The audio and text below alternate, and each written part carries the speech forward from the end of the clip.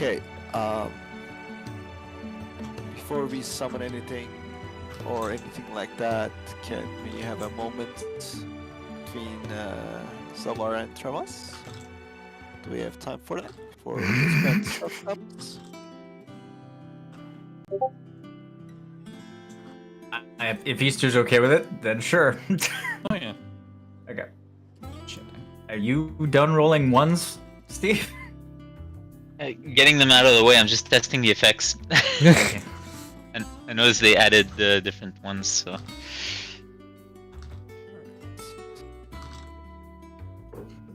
Apparently, I'm at 55 months. You can also buy other Thank ones, you, I Mr. think. Bubbles. Yeah. Thank you, Paula. I need the first. Where's my other tab? But I can't test them before buying them. It's a little dumb. I mean, you could just take the name and go on YouTube, I guess. True. Yeah, that's true. Dragon. What I know Easter has ones that he bought, I think. Yep. I have the Aura dice. The Artificers look pretty cool.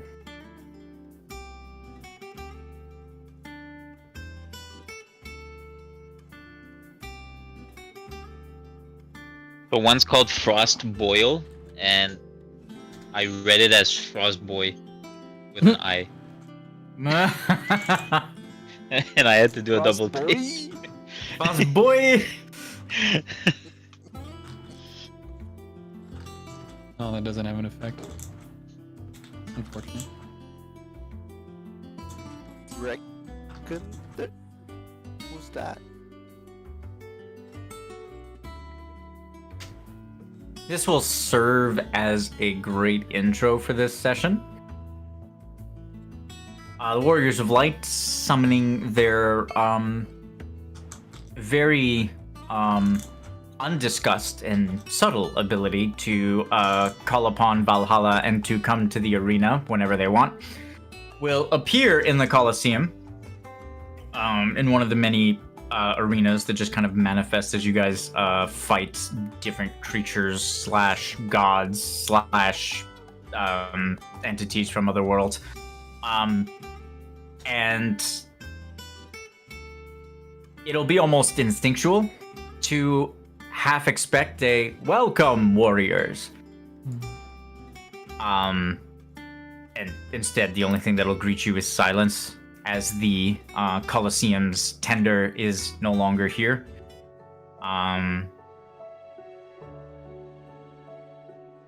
We're not in session in progress. Meet you in session in progress.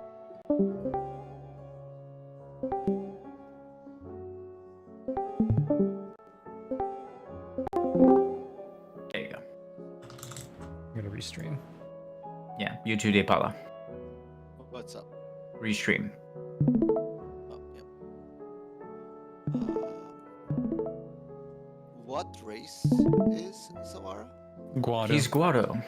Sorry. Yeah. So he's super old or no? No. No. I mean, He's probably like mid-30s at this point. Okay. Whenever we are starting, let me know and I will start roleplay. Get ready for a dexterity saving throw. Zavara. We're ready. I did the introduction. The Warriors of Light appeared in the Colosseum, expecting the friendly welcome. No friendly welcome. Awaiting Wisp to kind of sense that they're here. Unless Lumi wants to try and contact Wisp, that's fine too. I'll do the thing first. And Travas will walk past Lumi and Orpheus and walk straight, staring right into the eyes of Savara. We'll come up to him, grab him by the collar, and lift him up into the air. Fairly effortlessly. how much strength do you have? 70 active. Yeah, I don't need an athletics check. Oh yeah, he can do it. I don't 84 need- if I didn't have a cap, but yes, 70. Yeah. Stupid child. In your sense of what? Overpowering light? Trying to make yourself powerful, make your Eidolon and primordial, and you took the most powerful Eidolon and most powerful primordial from us? You took my father, my brother's father? The only one that was left for us? For what? You ruined our plans, you ruined our chance of success? What did you gain out of this? What were you thinking?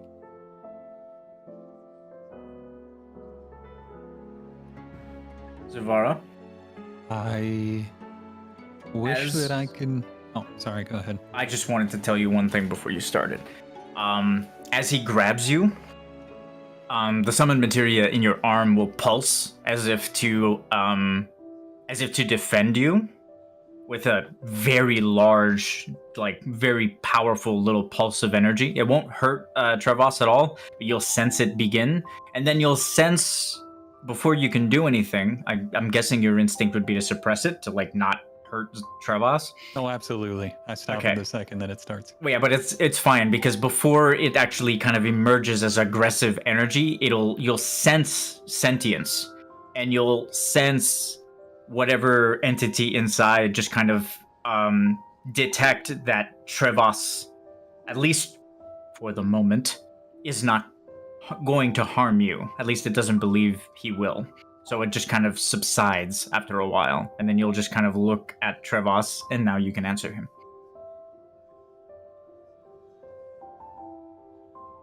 I wish I could tell you that I was thinking, Trevos.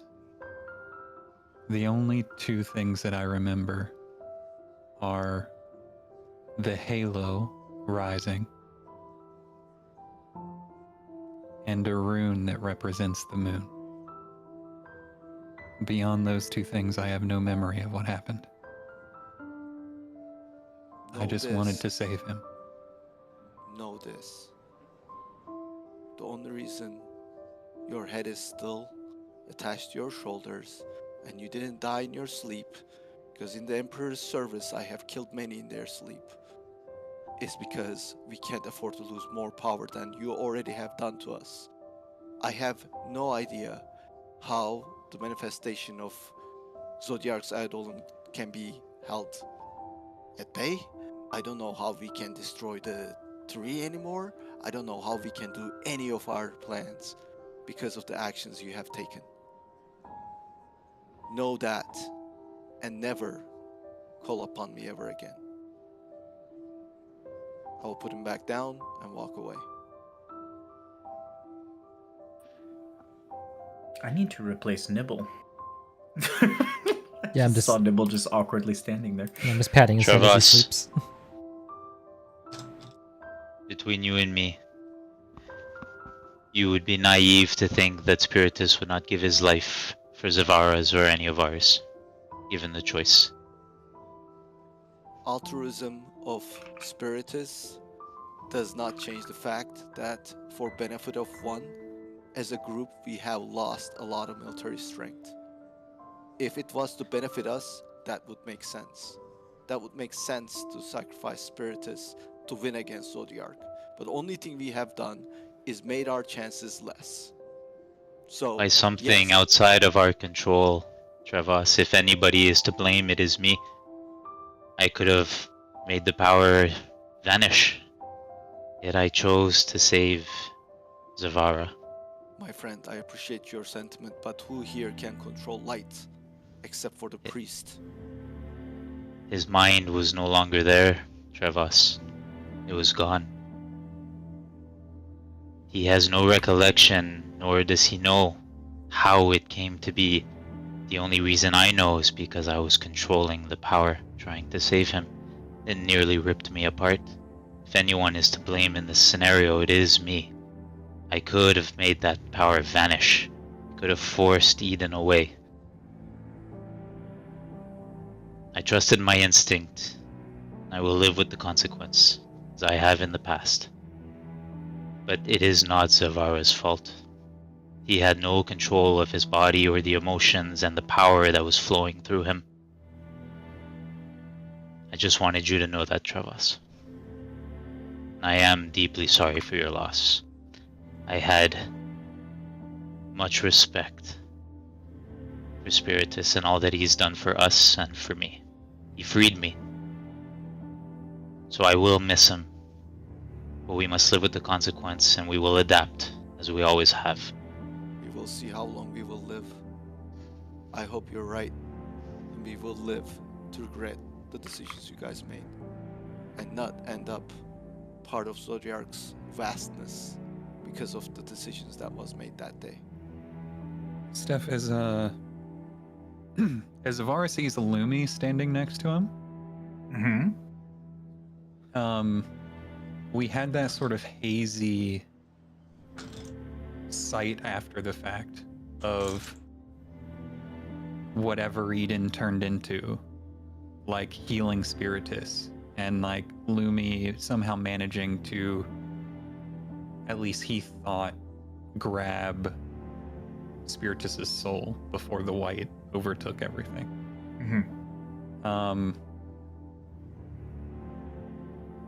Lumi usually isn't quiet in his sorrow like that, so I wanted to ask Nex if he would have related that fact to us, since I wouldn't remember it. The fact that I grabbed Spiritus's soul? That you At least I thought I felt, did. you felt yourself shielding his soul right before the blast occurred. Mm-hmm. Yeah, like Yeah, would you have you told preserved us it. that, since with the after events of them finding the body without a soul in it in the story card? Like, but I thought I had it. You know what I mean? Would you have told us that? Well, yeah, Yeah. I think so. Right Yeah. on the way to the what's it called, Cornelia. Yeah. You would have told them, especially if he wasn't responsive to the castle healers and all that. So yes, I'd say so. I'd say it'd be general knowledge at this point. Just the overall confusion of everyone of what happened and why he's just in this eternal sleep. Also, you guys would have seen the vision, so the story card I released, so you guys would also have that information. And you would have sensed Tsukiyomi within the vision, you know, sense for a soul and find nothing inside that shell. And that's why she couldn't look at it. I'd like to try to, I don't know if there would be anything that I could sense, but fruitless or not, Zavara would try to examine Lumi and see if there's any remnant that he could detect, since he is Guado, of some sort of that like energy that you sense from the dead and from like who Spiritus was, just souls in general. Yeah, the silver energy. And see if I can sense that on him, since he would have told us that. You can attempt it. You are aligned in a strange manner. Unless you have channel death or have like tried to channel death before, it's going to be hard for you to sense it. It would be easier for someone who is aligned to darkness or to you know, or has channel death or had channel death. By the way, any of you with channel death, it's disabled. I was gonna say I have it. So I don't have channel death, I will say that. However, in Zavara's very, very long history in the Warriors, he found a way to send Novan Pyreflies without being able to sense the energy directly. Like, he's very... Yes, I remember that. He is very, very in tune in a sort of like self-directed manner. Like, it wasn't given to him, but he's tried very hard to learn. As much as he likes to pretend that he doesn't, he's very connected with his identity as a Guado. So he's very sensitive to the plight of the dead.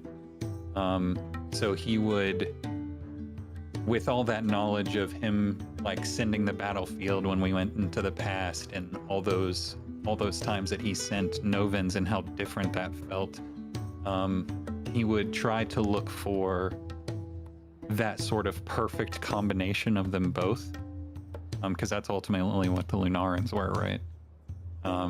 Not quite. The perfect combination of them both would give you rift energy, actually.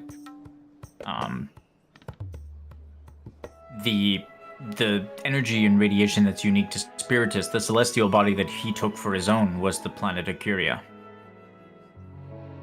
Not quite the same. Okay. So would his soul would be Lunaran, right? Yes, it would be. Okay.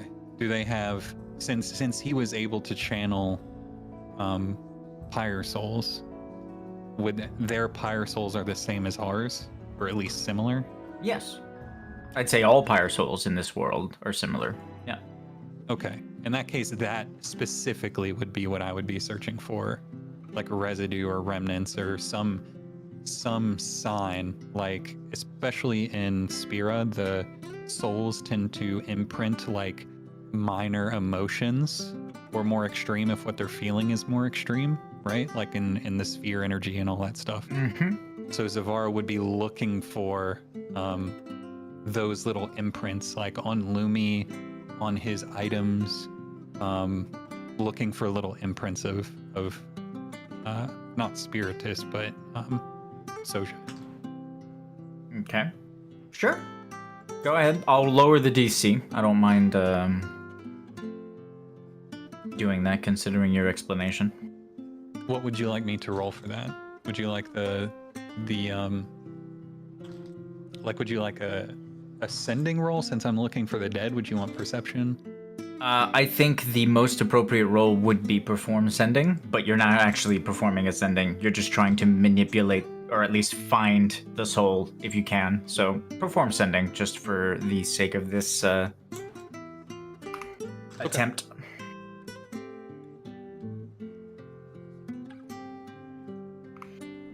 Your senses are keen. Kind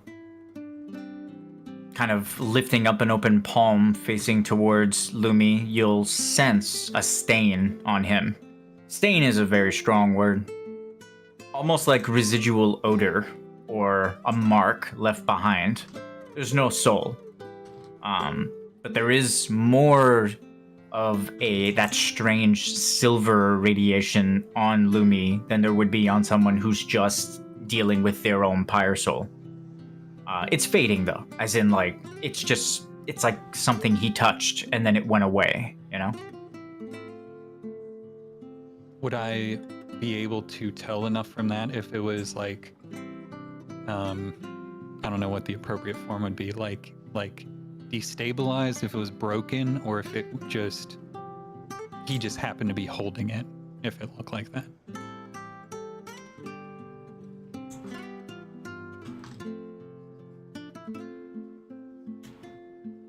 Your roll is high. It's the same kind of... It's a signature one would get if one were to channel their magic directly onto a pyre soul and actually make a link with it. It would definitely become, for a moment, the radiation would flow through that person's Pyrefly makeup. And only for a moment. If you did it for too long, obviously it may damage you or damage the soul. But because Lumi... The only thing this would prove to you is that Lumi did reach it, did shield it, and did successfully protect it, like he claims. It's just once that was done, no, you don't know what happened to it beyond that.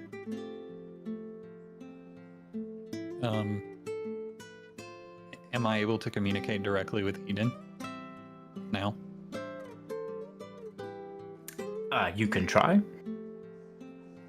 Okay. You can certainly try. I'm going to relate sort of what Lumi told us about, like, him thinking that he grabbed the soul and the Spiritus's body laying there with no soul, and him walking up and healing Spiritus.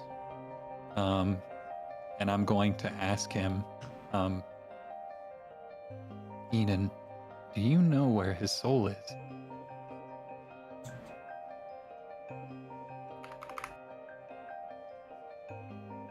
As you project, are you speaking out loud or using your thoughts? I'm going to try to do it internally. Internally. As you project your thoughts forth and you raise your materia arm and just kind of speak into it, You sense the entity within hear you. Process the information. You sense confusion from the entity.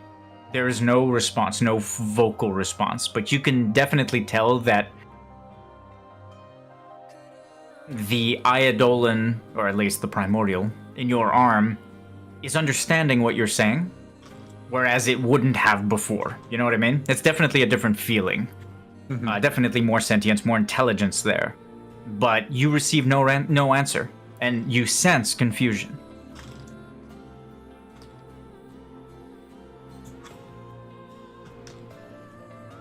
When the Hrothgar over there, when you were transforming, you fired a, I think he said it was some sort of purification beam at Spiritus. Lumi says that he managed to grab his soul and shield it, but whatever happened in that pulse afterwards, I can sense the residue of the soul on Lumi, but the soul is no longer in his body.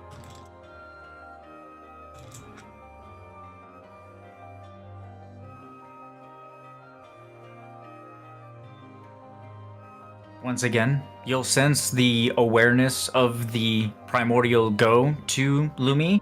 And you'll sense this, like, basically in your mind's eye, you'll see eyes just kind of focus on Lumi's and just kind of observe him. But once again, you'll feel confusion.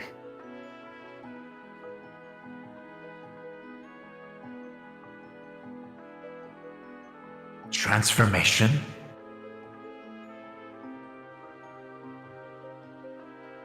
The voice rings out in your mind clear, and the materia in your arm will just kind of pulse as it speaks to you.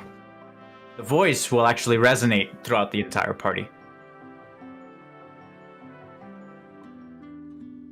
That's right. You don't remember where you were before, do you? I do. I remember distinctly where I was. In the white.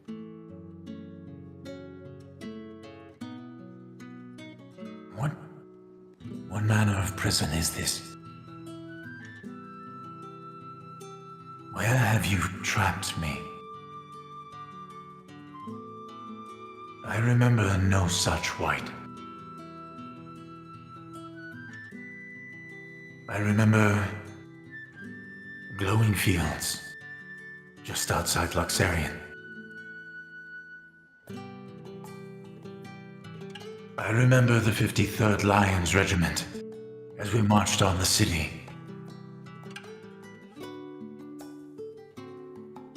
I remember I was supposed to see my brother once the battle was through. Once we had liberated Luxarian from her grasp, from her tyranny.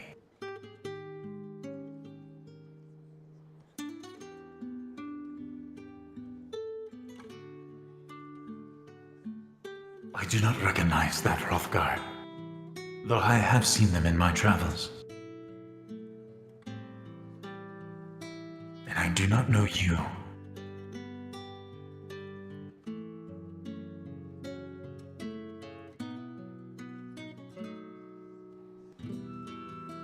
I expected that. I don't know if you could call it a friend, but I believed in your brother.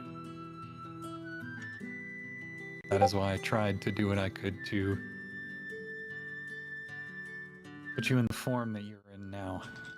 But that is a very long story. Form? Why do you speak of my brother in the past tense? And why do you keep calling me Eden? I am Ramza.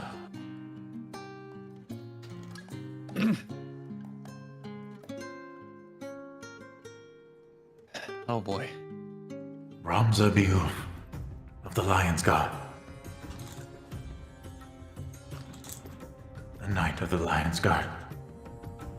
I was chosen to participate in the goddess Yes, in the pilgrimage of the goddess. I was to be a warrior of light.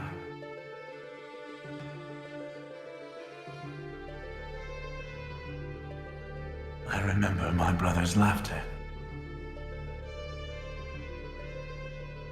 We won. We took away her freedom and freed Luxaria. But her tyranny was not over. The persecution of our people, it would not end just with her downfall. Dastark and I would have to introduce true change. A unity between our people.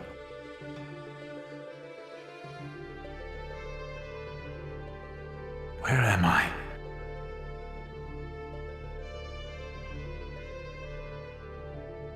Where is my brother?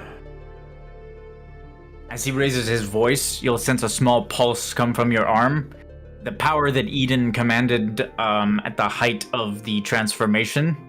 Roughly about that amount of power just kind of pulsing casually from your arm as his ire goes up and he becomes confused. Ross will grab his sword.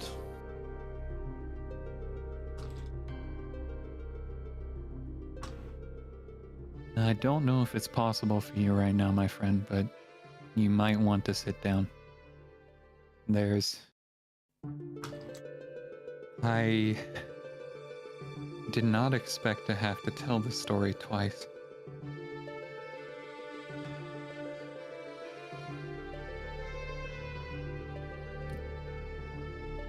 Are you going... So you just need to tell me what you're relaying to him. So, I am going to tell him that shortly after we encountered him in the past via time travel shenanigans, he died and he started to dream. And I am going to give him the same sequence of events that I gave Eden. Because he deserves to know what happened to his brother. Are you sure you want to do that now? Yeah, probably not the best thing to do now. It's up to you. You can do it now, but it may trigger some another event. Or you can tell him that you'll explain all in due time, or tell him to rest for the moment. Right now. Okay, I'll because I don't want to interfere with what Savande's got going on. I'll say. I mean, that's gonna happen regardless. But well, too much. Sorry. It's okay. I'll just tell him that shortly after we encountered him in the past, blah blah blah, he died, and he has since been dreaming, and his dream was so powerful that he had no sense of who he was. That's why he saw things differently than, and he doesn't remember any of the interactions that we've had. But he'll say, I will give you the full sequence of events, but for now, you should probably just rest. As you say rest, will you kind of will him to rest? The same way anyone would suppress their Eidolon? I will see if he starts to get, like, incensed.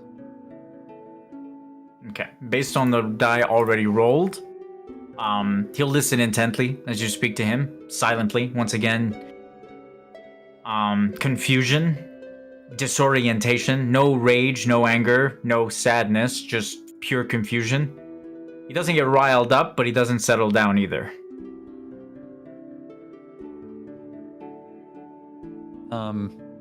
I'll try to mentally sort of center myself, and try to pass that along to him.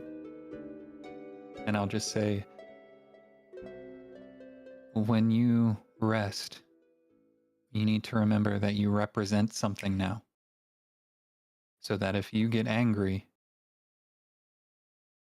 the thing that you represent boils up in response. You're projecting like a sense of like centering and like calmness. So let's roll a wisdom saving throw. Okay.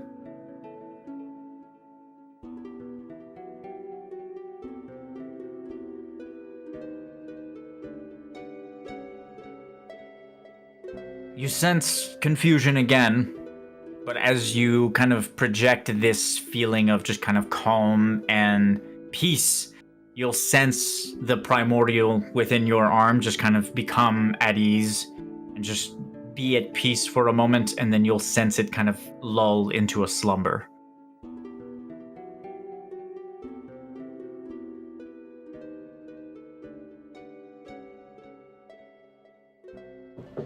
I'm sorry about that, you guys. I remembered what Looney had said about what happened. Savannah, your music is skipping because you're lagging or your browser is lagging. I don't know. Just letting you know. I think he's... Are you streaming on YouTube and on Twitch? Yep. And he's DJing? Someone else please DJ. I don't think his internet can take it. Okay, I'll do it. I've never DJ'd.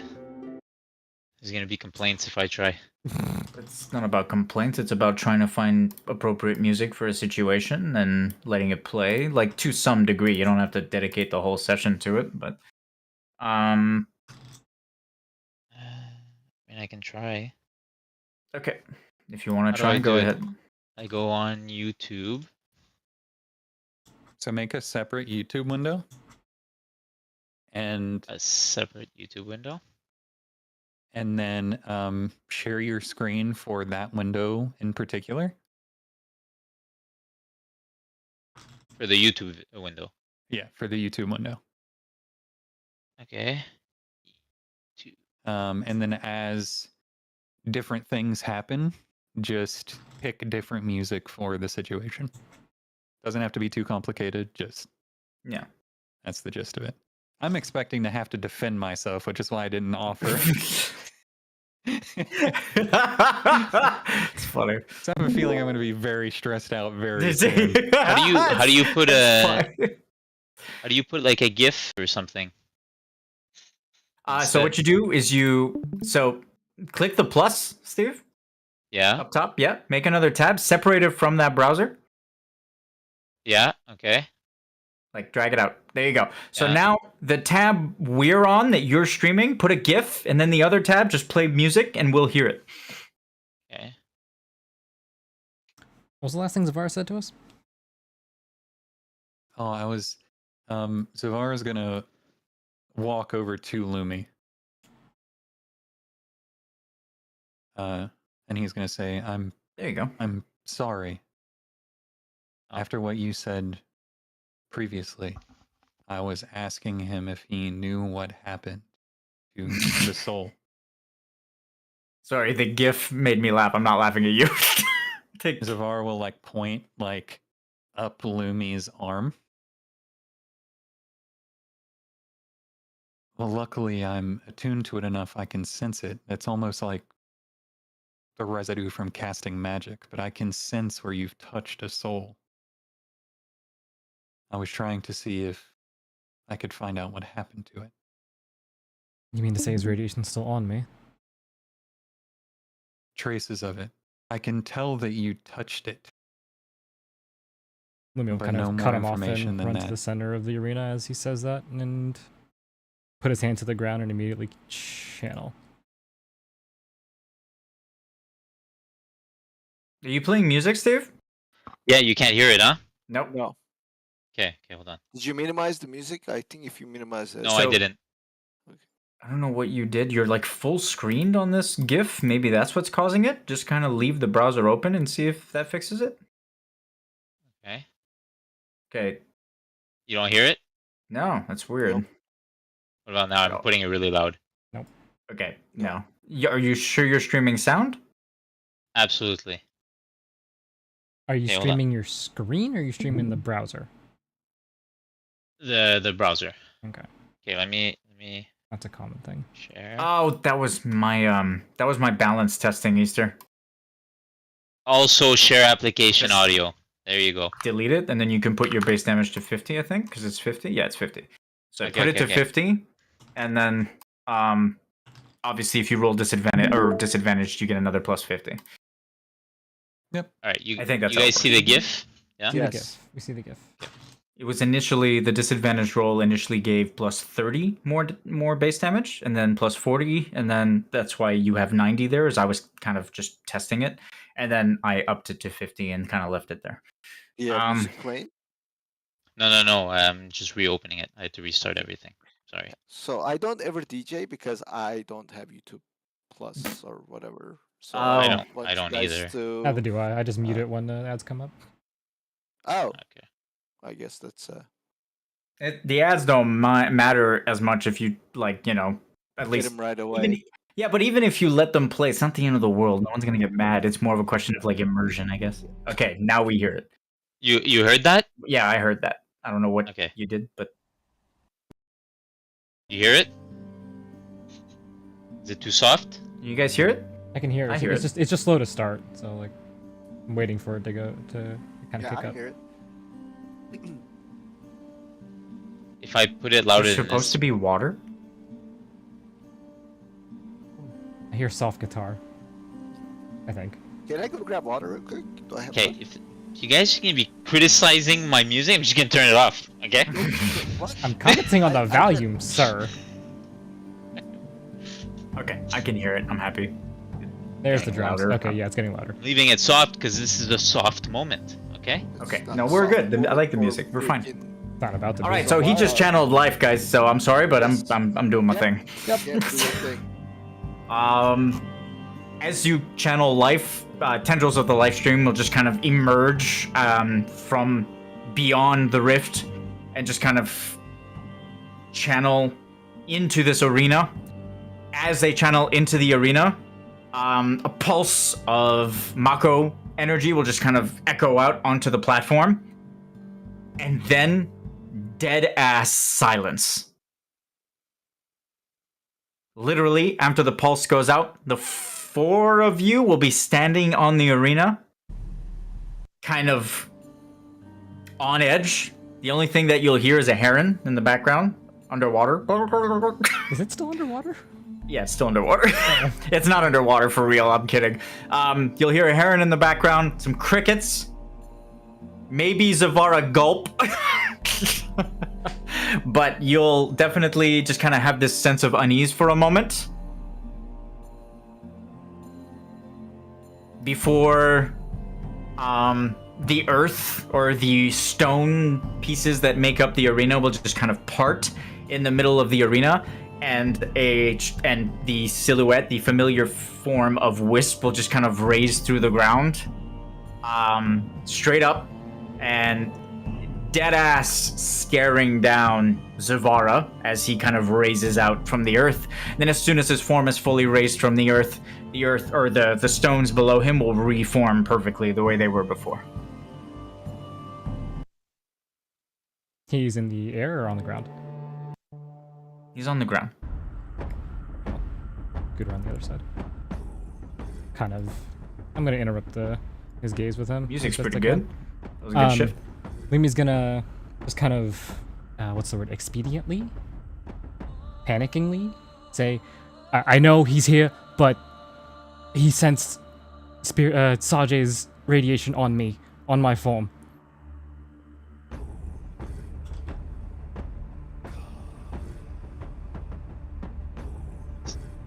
As you say that, he'll turn his attention from Zavara to you. The look in his eyes will soften a little bit, but you can tell he's still angry. So? What does it matter? So maybe we can still wake him up. No, we can't. I I know he can.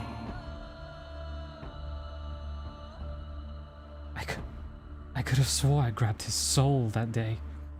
I knew you tried. There is no blood on your hands.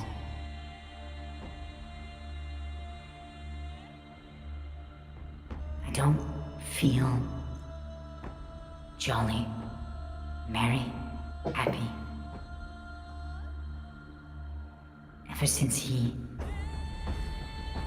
Ever since I stopped feeling him. I remember Areyu more than Wisp.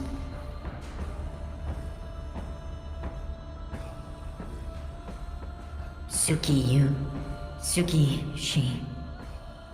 she looked at him and there's nothing left.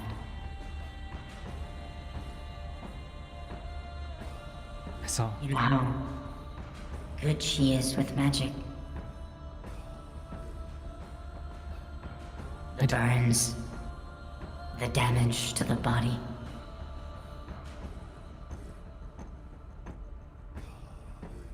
It was torn out of him with such force that it left permanent scarring on his Lunarian makeup.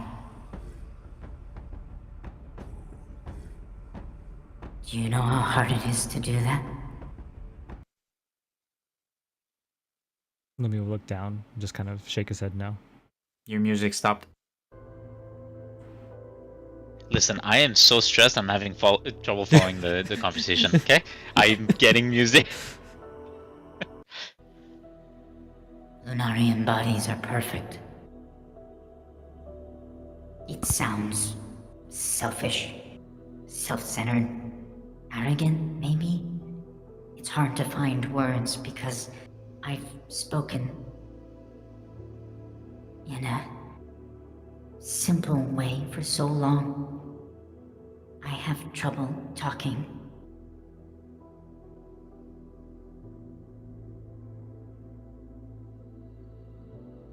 The firefly makeup, the way the magic is woven together. It's why we lived so long. It's why we were so good at magic. Lunarian biology is perfect, or near perfect. Most gradual magical burns and damage will heal as long as most of the body is preserved. Suki says the amount of force needed to permanently destroy parts of a Lunarian body is something she's never seen before.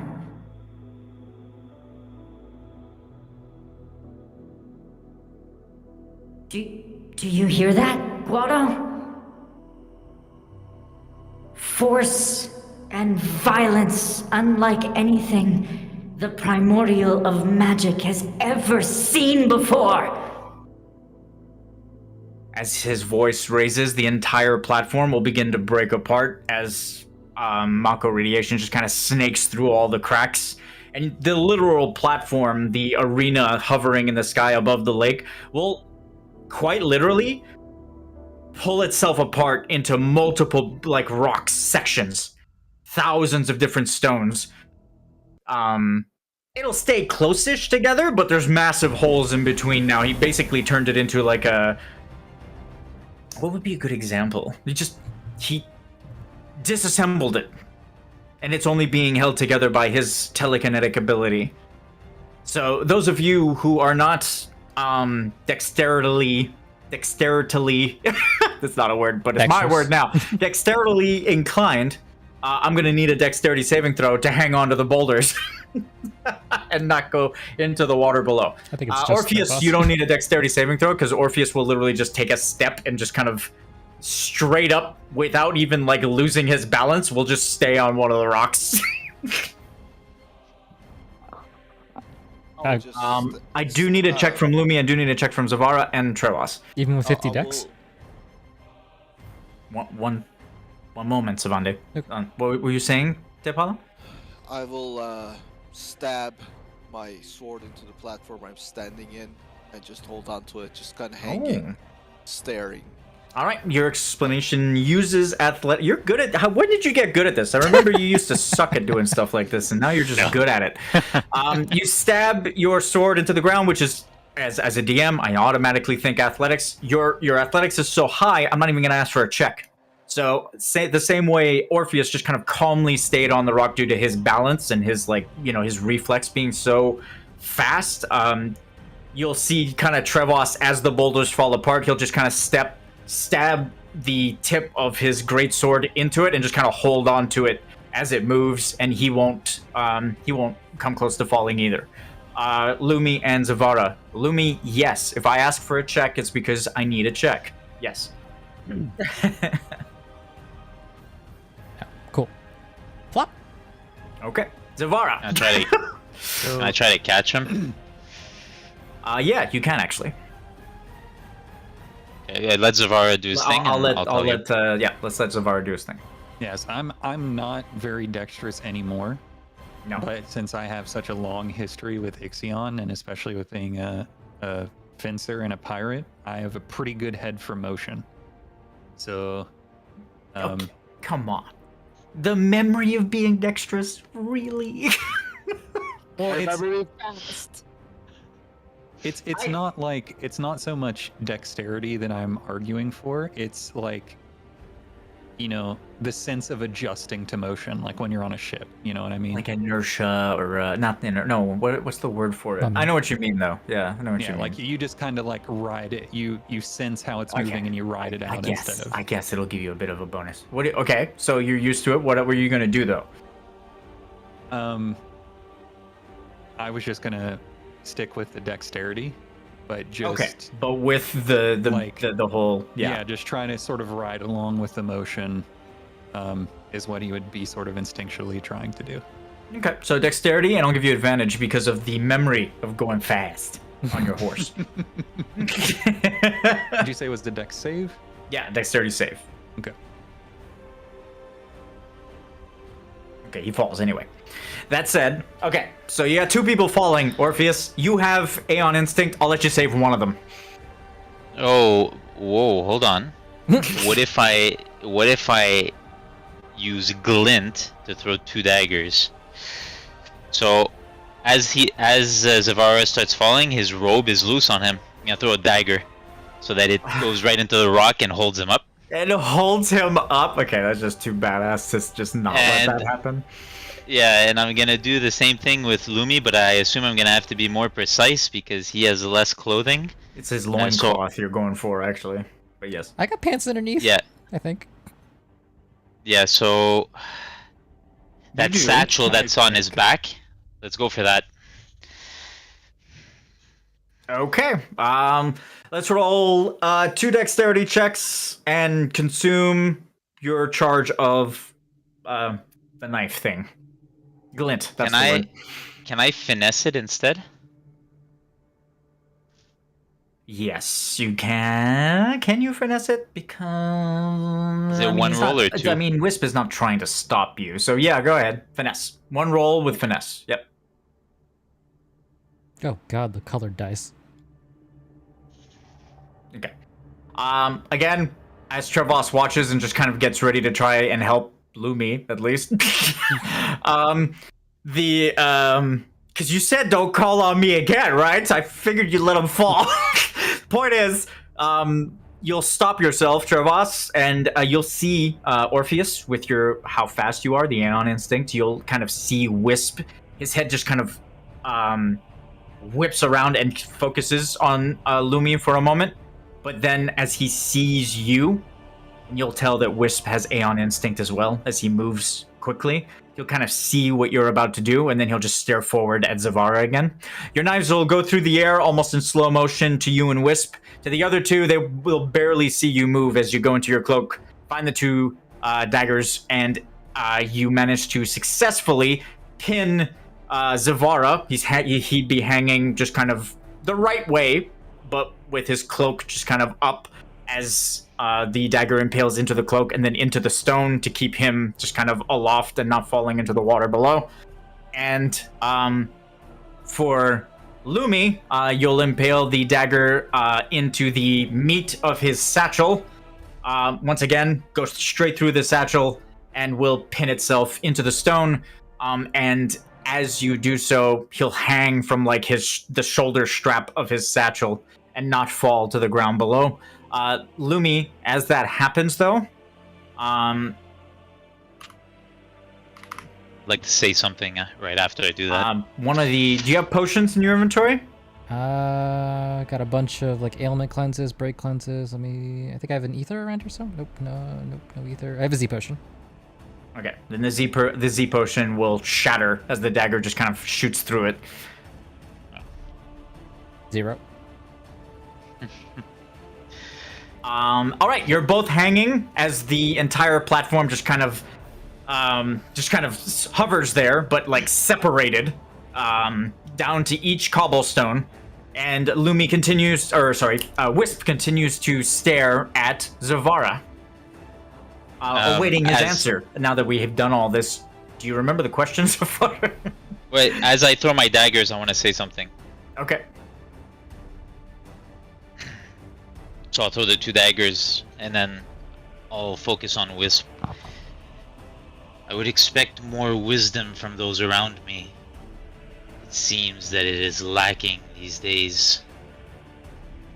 Perhaps you are not aware, Wisp, but Zavara was not in a state of mind to make any decisions that day.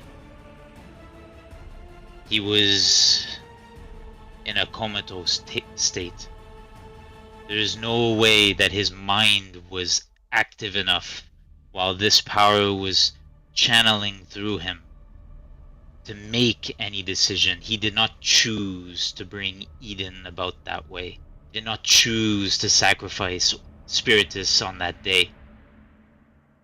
It just so happens that fate was written. Fate. A word that I don't use often in my vocabulary. Fate. It's something that I would have never thought of prior to meeting Spiritus. I am free today because of that man, because of the emotions, because he wasn't just a primordial. He was our friend. He was our family. The only reason I stand here today is because of that man. Yet I made decisions that day because I was in a clear state of mind. I was myself on that day, and when it came the time to choose to jump to Spiritus and take him out, or stay and save my ally, I put myself in his shoes and I asked myself, what would he sacrifice? And the decision came to me easy, as if he was with me, as if it was the day he chose me as his sire. I had to stay and save Zavara, because it's what Spiritus would have wanted. But there is no blame to place on the man that hangs to my left. As you speak, you'll see Wisp's expression get a little softer as he turns his attention to you. He's still gripping his quarterstaff with his hands, and you can tell that he's gripping it very tightly. As you continue to speak to him and to kind of like try to make him understand what happened, energy will just kind of encompass the 2 allies that are hanging by their clothes and will bring them up onto the platform as Wisp wills it back together. It'll just kind of snap together.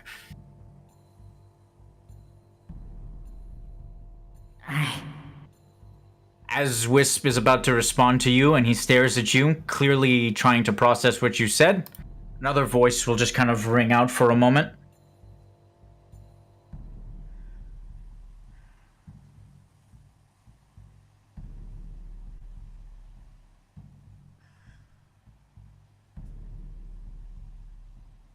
You claim to know what Sage would have done. You claim that you... what? Simply saved the one that needed saving. That you followed what? Some ill-conceived notion of destiny? Is that it, mortal? I seem to remember it was your voice that was loudest in telling us that our powers were ill-begotten, that no one should make such decisions. I remember it was your judgment that was cast upon me and my family for making such choices. And as she speaks, the sun will just kind of shine for a moment, and she'll appear on the platform, walking forward, her eyes just kind of blazing as she stares you down. Where is she?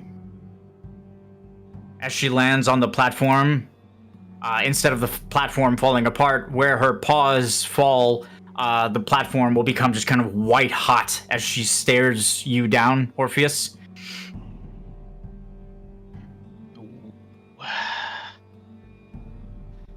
It's a nice model. That is, nice. Amaterasu just kind of stands there. She's tilting her head. Her eyes are narrowed, and her snout is kind of, the lips on her snout are curled up in a snarl. Do not argue anything that you say, Amaterasu.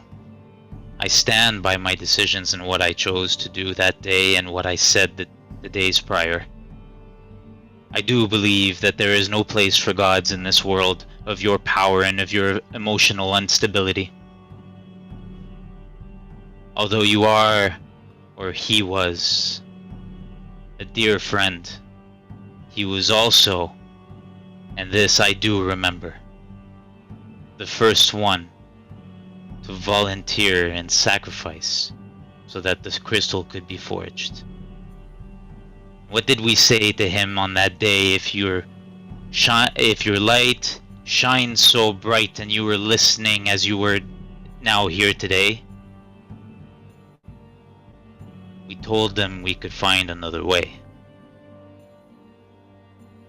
Our intention is never to sacrifice you or to kill you, Mataratsu. That is just your emotions getting the better of you and thinking that of us. It was never my intention either. However, in that moment, Spiritus would have taken the same decision that I took. And that I have no doubt, and if you say otherwise, then you are misguided. My unstable emotions, mortal, can take no credit for destroying not one, but two primordials. Yours can. And how many and deaths? your ill-begotten companions have destroyed two, and not just any two. Not ones who are quick to anger, as you say I am, or judgment, or even those who are guilty of unspeakable evil like Erebus and Zodiark. No. You took the most innocent, the selfless of our kind. And you claim that you're a friend. And she'll turn her attention to Zavara, her glowing, just kind of blazing eyes just boring a hole into your soul, not literally, as she stares at you. Not literally. No, Yeah. I said Music. No, I just thought it was funny that you said not literally. a fugue state, is it? Convenient. The amount of power that you wielded, I sensed it from my celestial throne. Subconscious.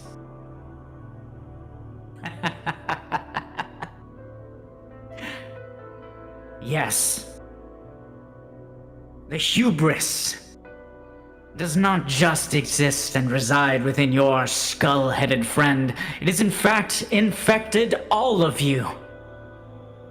The amount of intricate knowledge of Lunarian magic you'd need to create a faith tree and not just burn the rift out of existence. Or burn yourself? Or burn your friends? The amount of self-control required not to just simply erase us all with the power that you wielded that day. And as she speaks, once again, she'll become encompassed in like an aura of flame. And as she continues to raise her voice, the stones beneath her feet, enchanted with Lunarian runes for your battles, will just melt and turn into lava, just pure lava at her feet, as she stares down Zavara. True. I would expect nothing less from cowards to claim a fugue state. And though I should eliminate you where you stand. You who plot Erebus's demise for the good of us all would find his power nothing compared to my fury. But I will not. I will walk a higher path. I will not become the thing you accuse us of with your limited mortal mind. You're right. Spirit has saved you, creature of shadow. He deserved more than your indifference. But I will not cast myself as your judge or your executioner. You're not worth it. Steph. So misguided. I am sorry for your pain, Amaterasu. But this doesn't come from pride. At least not from me. So I would wish for you to cast me down where I stand. It's what I've wanted since I've stopped dreaming. So I do not blame your anger. I sympathize with it. As you're speaking, sorry. Orpheus. As you're speaking, Orpheus, she'll as right around the time you say you'd wish for her to strike you down, she'll kind of poise her paws in an aggressive stance. The light of the sun will shine on her crown and will kind of fuse into the pendant around her neck and center on the amulet in the middle, and a powerful blast will emerge from it and shoot straight at you, Orpheus, as she casts Supernova and shoots you with it. Okay. She has Aeon Instinct. Yeah, so do I. So I need a Dexterity saving throw from you if you want to avoid it. Can I absorb it? Using Channel Silence? Yeah. So yes, technically, if you roll high enough, she is shooting the power of the sun at you, but if you roll high enough, you'll negate it. That said, if it's a powerful enough blast, you may also draw the attention of Zodiark. It's up to you, though.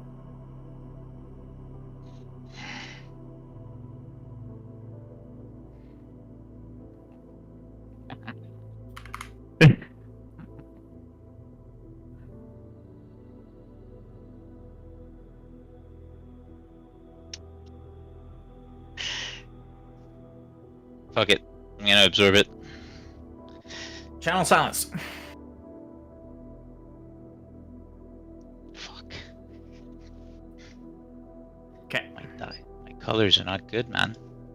Still a high roll, but DC was 80. 80, bro. Needed to roll in that 20.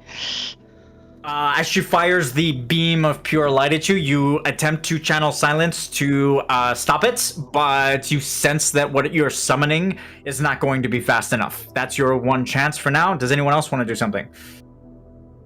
Keep in mind she has Aeon Instinct, so if any of you do something without it, it's going to be like a Hail Mary kind of thing.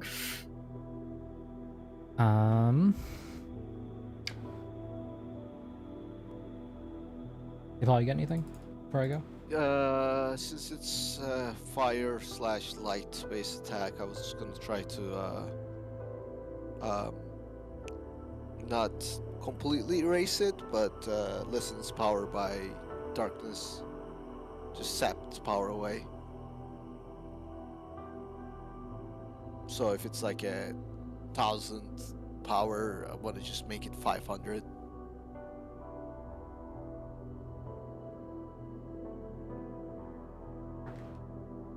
With Rupermancy. Go ahead, roll Uberomancy. Okay. You start to call upon the shadows and channel Umbromancy, and you summon a huge part of your strength. That said, before you're even a quarter of the way done channeling this, the beam's already past you, and it's heading toward him, and you're not going to be able to stop it. Lumi. Okay, so knowing how fast everybody here is, like Wisp, Amaterasu, and Orpheus, he knows that he can't like physically intercept or like do anything to affect this beam, but what he's like going to do is he'll just kind of begin to shout, but this intent will like resonate towards Wisp because that will come first, like the emotion that he's feeling before the words come out of his mouth. He'll just kind of slam his fist down to his knees and yell, "No! No more! No more death! Not now!"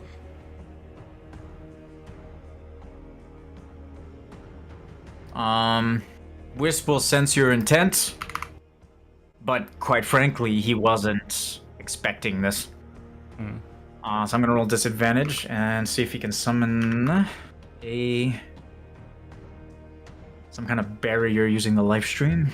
The life stream's far away. You guys are in the rift. The tendrils. Yep. As he starts to summon power from the life stream, the tendrils begin to manifest. But again, they're not going to manifest until the beam has already hit him. So Wisp fails. Zavara. So, being acutely aware of his own speed inadequacies,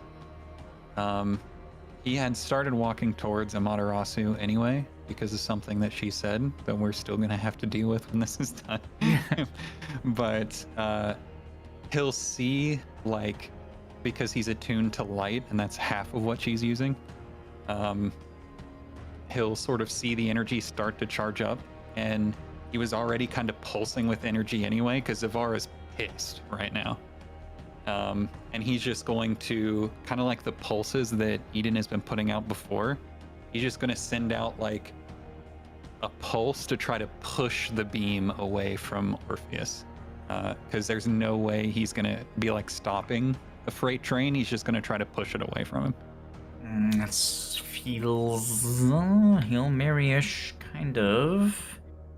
Yeah. I had him roll. Since it's light and I'm pushing out a bubble anyway, making it kind of like a prism. You know, like it hits a prism and it like redirects the light. And see if I can redirect that. Making it more complex just takes more time. Okay, then yeah, pulse. Just to let you know. Yeah, pulse. Roll. I'll let you roll a saving throw since you're so close. Wisdom saving throw, but you're gonna roll it with disadvantage. Because of the sheer speed, I'm gonna have you roll it with disadvantage, and I'm gonna buffer it though, so there's no critical failures. Okay. Okay. Okay. Again, your intent, you summon your magic as you're about to pulse it outward. It actually comes close because you're right next to him.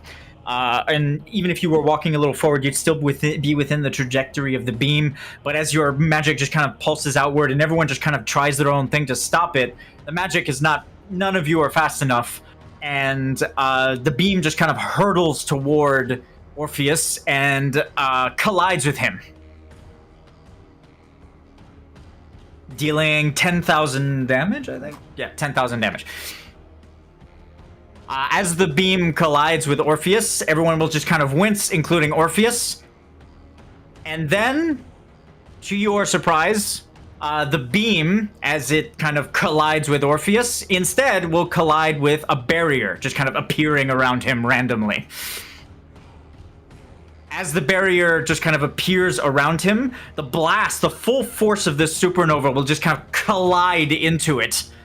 And will be absorbed. It won't even be redirected. The full force of this powerful blast will just kind of be absorbed into the barrier. Amaterasu's eyes will just kind of widen, and she'll kind of glare and snarl at all of you. And Orpheus, after the kind of like debris clears, will just kind of see that nothing is wrong with him, and everyone will very immediately notice the star level of shining from the summon materia or the sire materia in Zavara's arm. As just kind of everyone just kind of notices it, your sire materia will pulse and emit a bright light, and a shape will just kind of manifest between Amaterasu and Orpheus. Orpheus will look around with his arms crossed. He tried to channel, it failed, and he just crossed his arm to try and absorb it. But it would have failed there, but his arms are crossed and he's standing there, and he'll look up in surprise.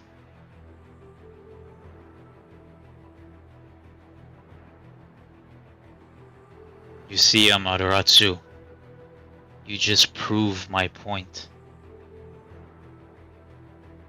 I'm sorry you feel this way. I truly am. Orpheus, still kind of confused, is looking around. There is too much power in certain beings. Oh my god, that's fucking nice. Sorry, I don't actually say that. A powerful, just kind of holy infused lion just kind of roars and snarls back at Amaterasu. Its mane just kind of shimmering with symbols within it. Its fur seems to have the same Lunarian rune that was etched at the top of the faith tree, but the symbols that kind of shimmer in its fur are different. Upon closer inspection, the symbols within the within his mane seem to be the zodiac symbols, 13 of them. Emitting a very loud, very regal, powerful roar, Amaterasu, her lips will curl into a snarl again, and she'll shoot an icy stare at Orpheus before she tilts her head.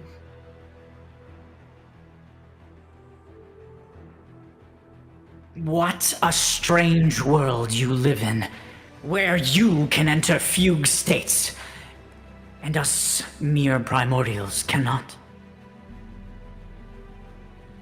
I simply tried to give you what you asked for. I was rendering you a service, mortal. Out of And you- anger. Out of frustration. Out of My emotion. veins were cold when I attacked you. As the powerful primordial standing between her and Orpheus just kind of stares around, just kind of looks around confused, he'll speak.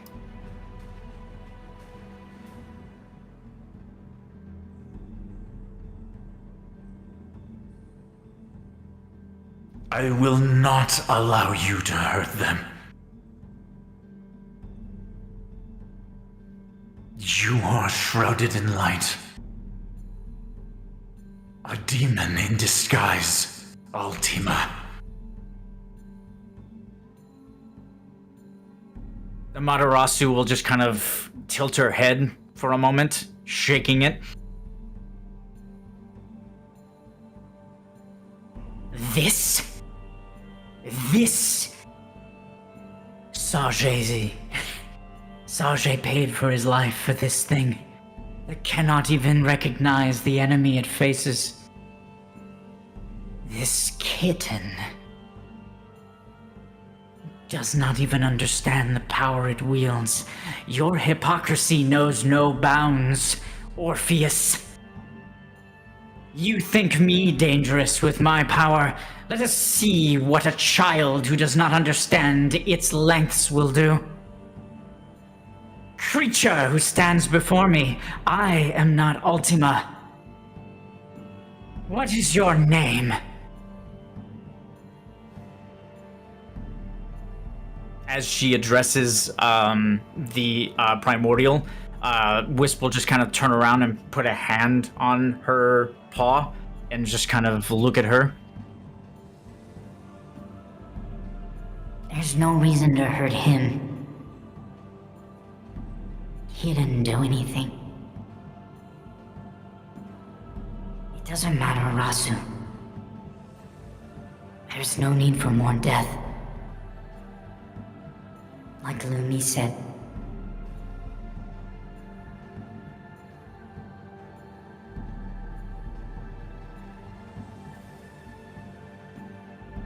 Wisp will look at the primordial that is Eden, and he'll shake his head.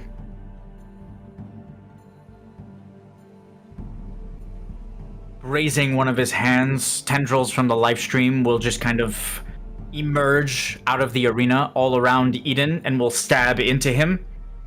Eden will momentarily just kind of put up another barrier with a whole bunch of zodiac symbols all around it, the same almost impenetrable barrier that he used to save Orpheus, but the tendrils from the lifestream will just penetrate it, considering they're not meant to damage.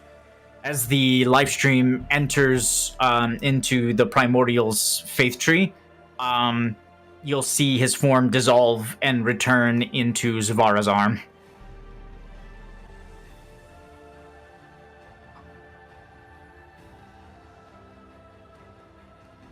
As majestic as he is, he will be useless against Zodiark. He does not know the power he wields. Rasu is right.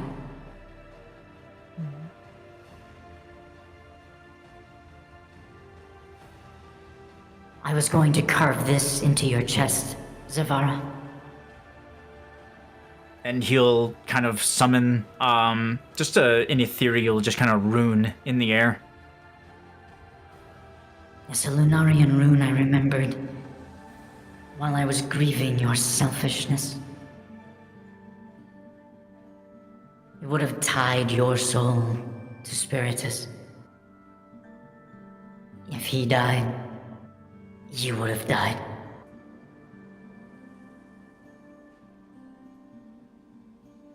But it does not matter.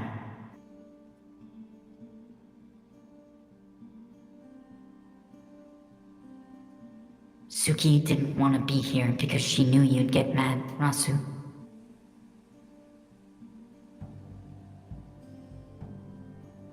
Their arrogance. Their hubris. He still stands there and thinks he can lecture me. I know you're mad. But it doesn't matter. I kind of agree with Suki now. There's no reason to hurt anyone.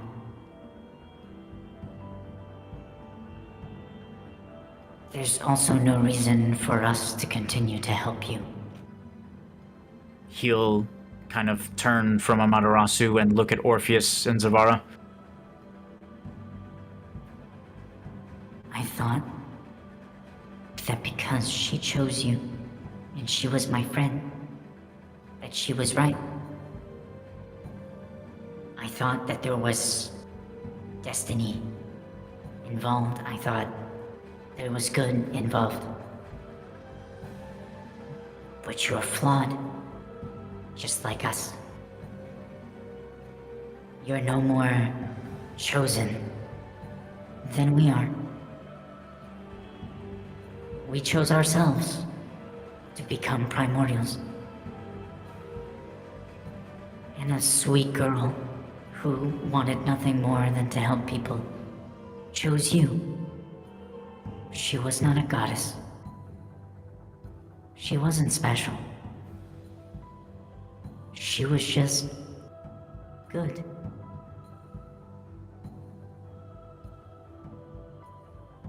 But I won't help you anymore. Neither will Rasu, or Suki, or Abby.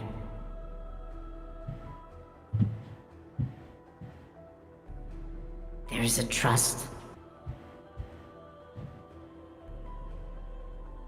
Wisp will look at Zavara, just kind of focusing on him for a moment, and you'll see Wisp's eyes become kind of pleading and sad as he looks at you.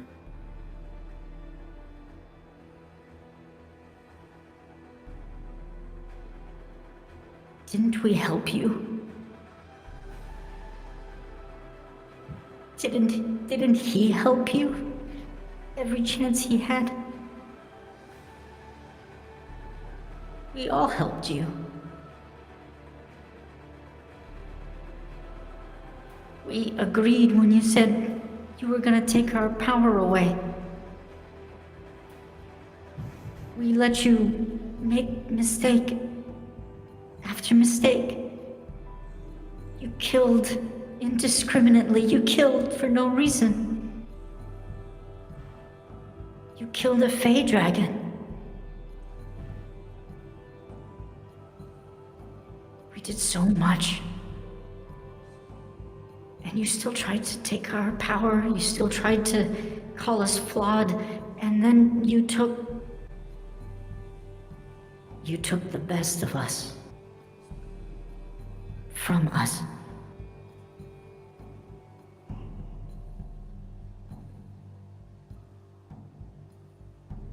Amaterasu will kneel and stare at Wisp. As you begin to speak, she'll kind of hold back. Go ahead, Zavara. I am probably the last of the warriors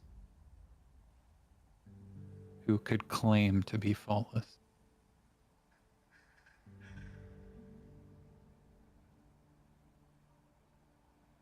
Frankly, I agree. We have been using you too much like... Well, I just said it myself, didn't I? We've been so consumed with our vision that we've been using you in some manner.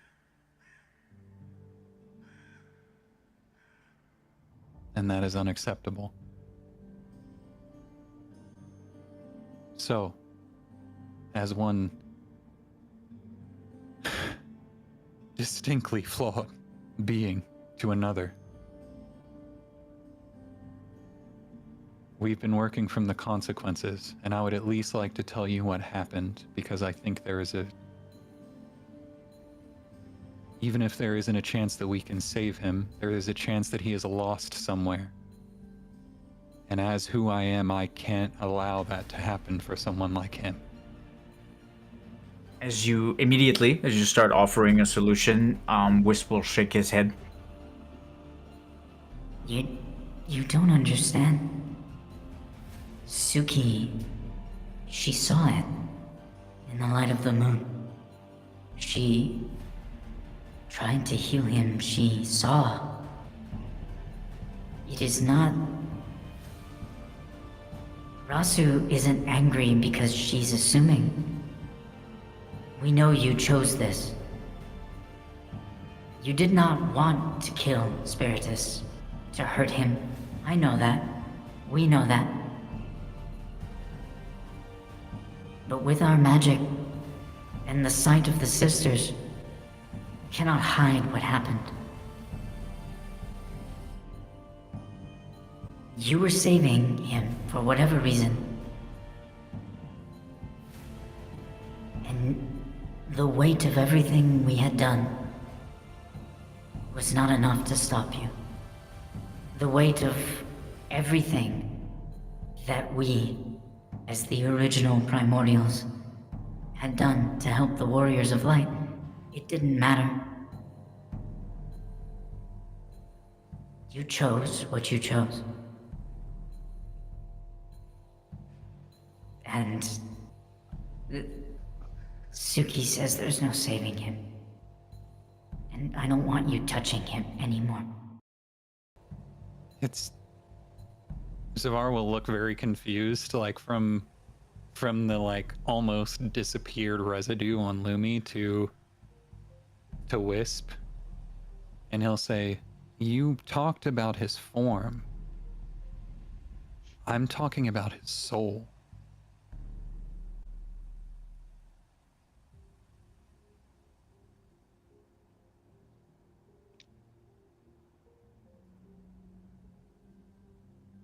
Wisp will just kind of tilt his head as you speak.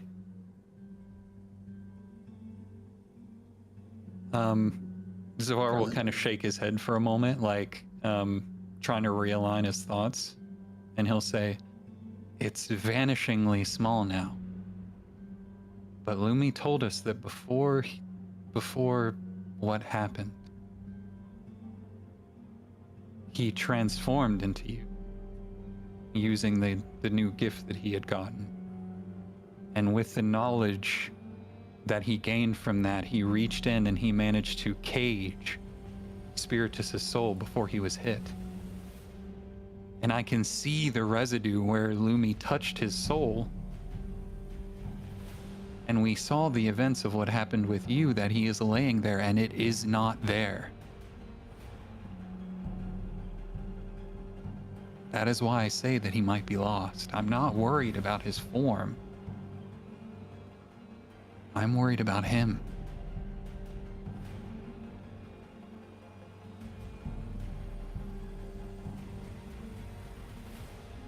This status as Etro's chosen, it probably makes our voices seem very small indeed. The primordial, the goddess of magic, his Lunarian body was damaged permanently. I don't think you understand. His soul could not have survived the speed of which it was ripped from him. Like a meteor trying to penetrate the atmosphere.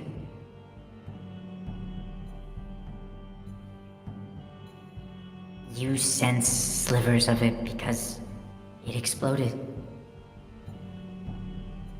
It was torn from existence. Is that consistent with what I saw? Are you asking me or Wisp? I'm asking you because I'm like, I physically saw the residue, and at the time you told me that it was like, it looked like he had just held it in his hand. Because I specifically asked if it looked like it was damaged. I know.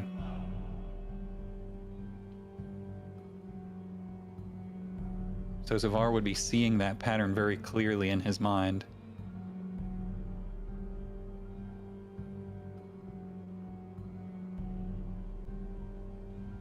Rasu, you can go. I'll be okay. You'll see her hesitate as she looks down at him, and she'll glare at all of you. Wait, Matarasu.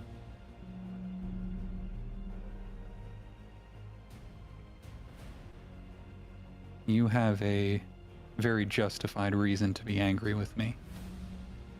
However,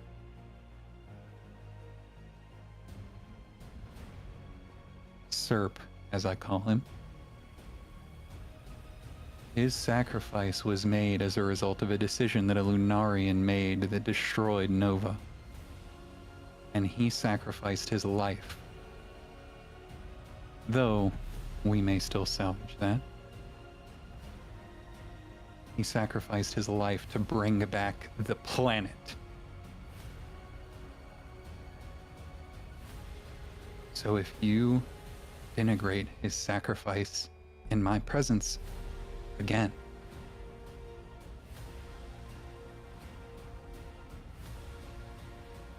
the ocean of power difference between us will not mean anything.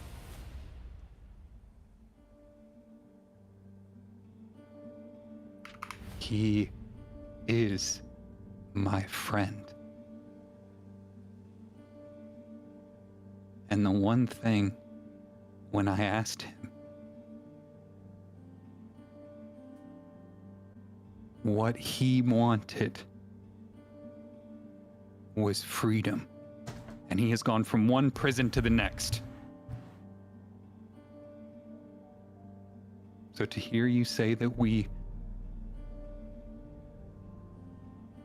are responsible for that, when it was his absolute selfless instinct that led him to that choice,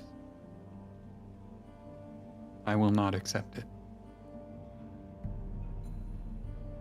And I would appreciate it if you would not refer to it so in my presence.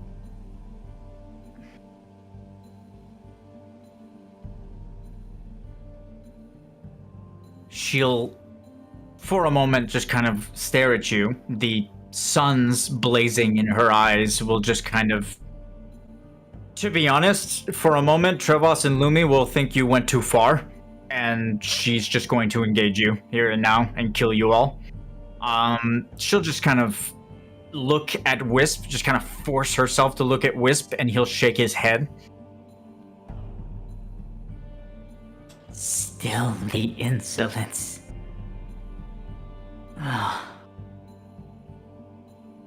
Which Lunarian's decision was it, warrior? Bente. Ah, yes.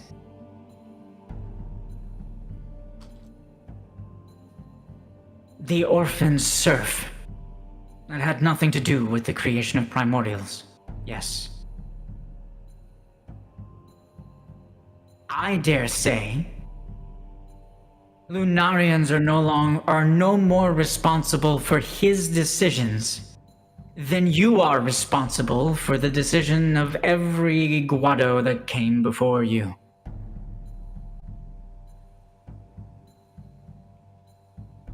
That is not what I said. You blamed us for his loss, did you not?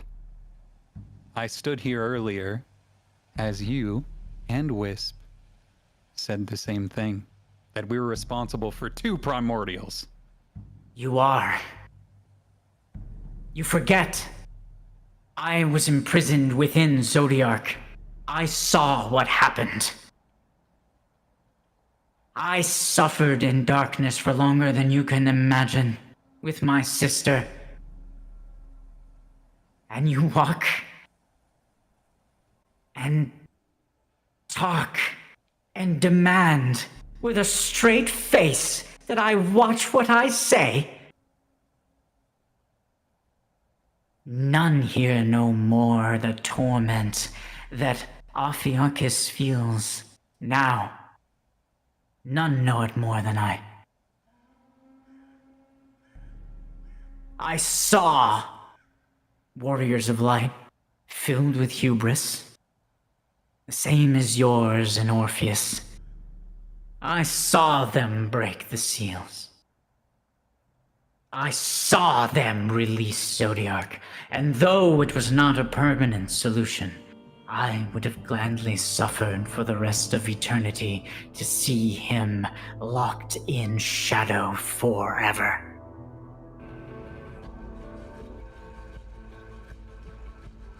Your fugue state does not change what you did, and your denials do not change that Ophiuchus and his suffering and his death, they are a result of your choices. Would it have been an eternity? You know as well as I that he gains power. That was part of his deal. He would have broken free eventually anyway. Perhaps. But I find it no mere coincidence that it was a warrior of light who freed him. I will say this.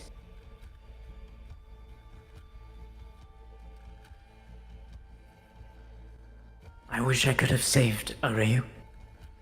From you and him alike. Alas, he is probably gone. And if he isn't, believe me, he will wish for death.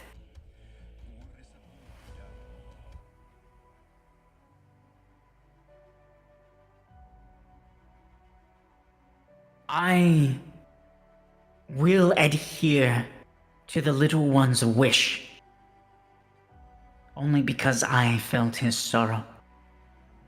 I was imprisoned a long time, and Spiritus and Wisp were friends for a very long time.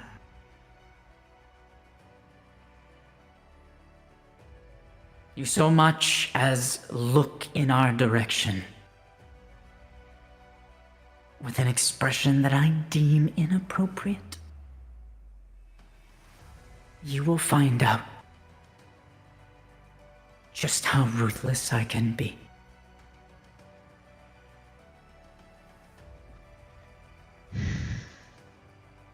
Zogar will actually nod. Make your choices as you will, regardless of those around you. But keep my family out of it.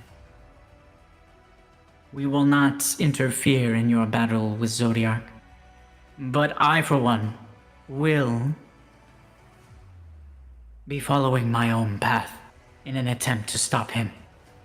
And I will no longer defer to yours. You have proven you are not worthy of my loyalty or my trust. The others can decide as they wish. I do not wish to see the world burn. I just no longer believe you can save it. And Amaterasu will turn. Trevos, you were approaching her. Do you want to say something before the sun's rays transport her away? As she turns and is about to leave, like via sun ray, like she usually does, she'll eye you out of the corner of her eye. I thought I was a soldier once. Then I was told I was a warrior of light. But then I found out I was son of a Lunarian. And a Lunarian myself, as made up as I am. I am in conflict. Today, the only thing it stopped me from taking Zavara's head from his shoulders was the fact that we cannot afford to lose any more power. I am lost. I'm flawed as they are. I don't know where to turn my sword. If all the Lunarians are gonna follow a path, would you take me with you? Let me be your sword? Her eyes will actually widen as you say that, and she'll kind of eye the others in the back.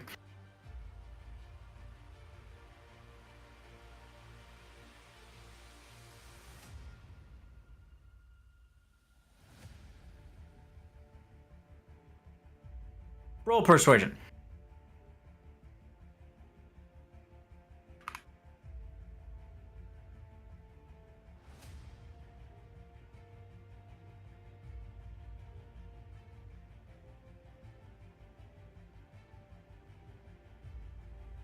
You seem to have some shadow of wisdom.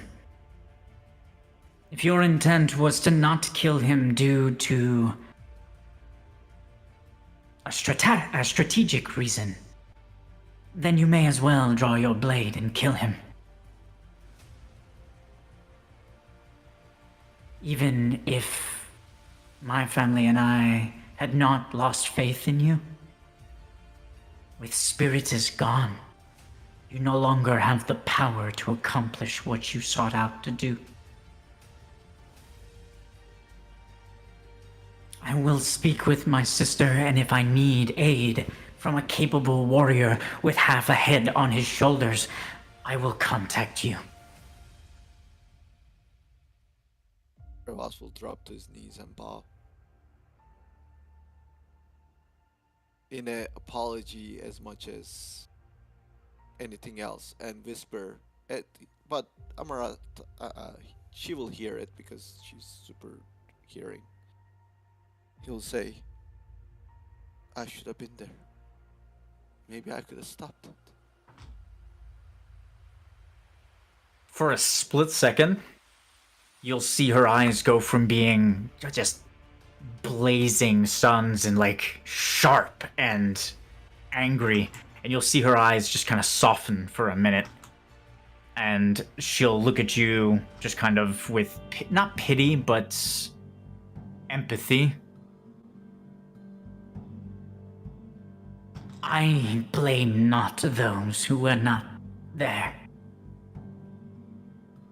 Only the ones with the hubris to believe that they alone know all the answers. She'll glare once again at Orpheus and Zavara.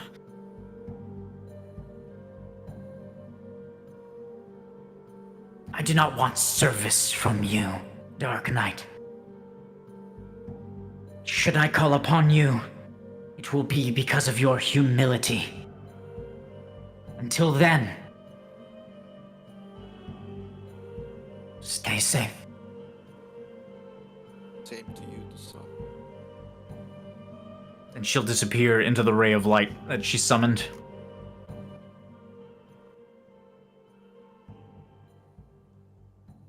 Wisp will be left standing in the middle of the arena and just kind of watch her. He'll watch her just kind of fade away, sadly. We talked amongst ourselves.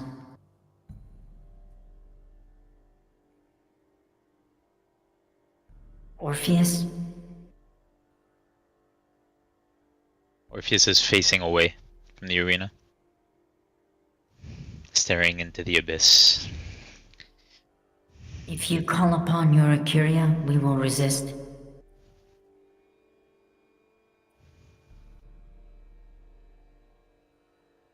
I trusted you.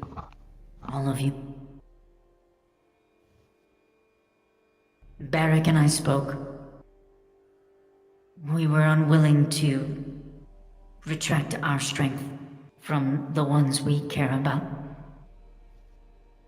So Lumi, you may continue to be sired.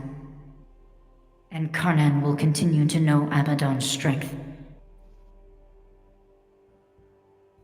As Rasu said, we don't want you to fail. We just don't think you know the way anymore.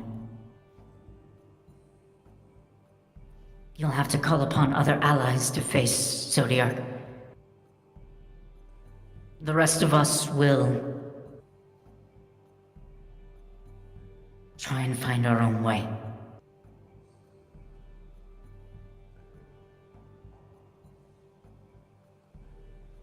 If you're going to continue making primordials, be careful. We only did it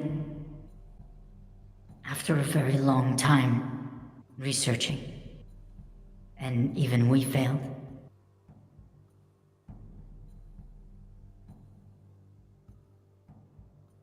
You know of the sacrifice that was needed, don't you, Wisp? Still facing away. In order to ascend Eden? No. In order to ascend yourself. Yes, I know.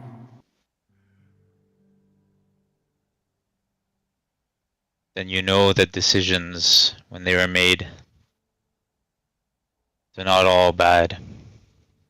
You did a bad thing to ascend yourself, yet you did nothing but good since then. forsaking both worlds because Amaterasu is too emotional to at least face the problem, make sure there's planets left. And you'll turn around. I do not speak from arrogance or pride, Wisp. She was misguided, thinking that. I do not care what happens to me or what happens to Zavara or Lumi or Travas after any of this. The importance for me is to make sure that both planets survive. Once they survive,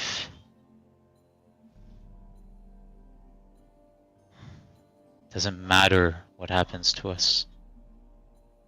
And the reason that I wasn't against you all as primordials, but I believe that the people and the creatures of these planets need to forge their own path, not be influenced by greater powers. By being emotional in this unfortunate time, then we forsake both those planets. And all the sacrifices that came before it would be meaningless. Isn't it arrogance for you to think that your way is the only way? I don't think that my way is the only way.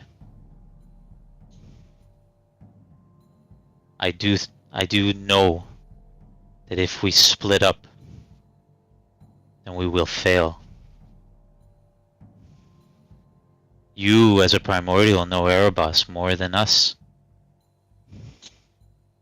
You know, deep down, Wisp, that splitting up forsakes everyone's lives.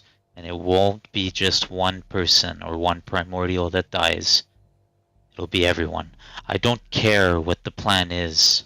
I just care that he is stopped. Just one?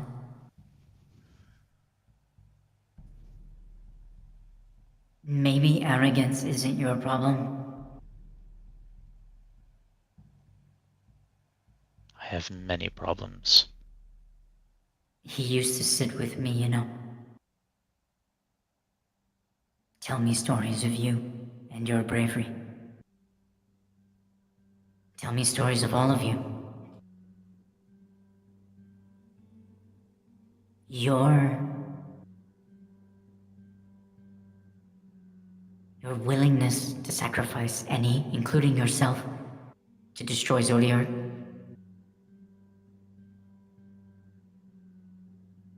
If you surrender too much of your humanity, of your love for life, then why are you protecting the worlds at all? You'll see Orpheus's eyes get really dark purpley. There is no humanity left in me, Wisp. But there is out there. And those are the ones I care about. My humanity left me long ago. In that pool of blood. Crying and abandoned, sacrificed by my own parents. That's when my humanity left. Wisp will not. No.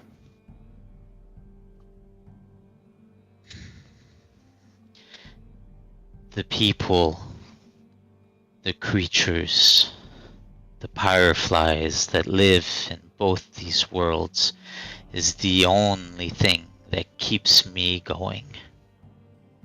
Okay. You're blaming me. You're telling us that No. separating is going to cause us to fail. Zodiac to win. You're right. It might. And I am willing to return to my family and try to convince them to stay with the murderers who took spiritus from us. I will do that for you. I am not blaming you, Wisp, nor do I blame Amaterasu. Just listen for a moment. You claim that the fight is all that matters, right? The fight to protect everyone, to save the planets The jewels? The stars? Okay, I believe you.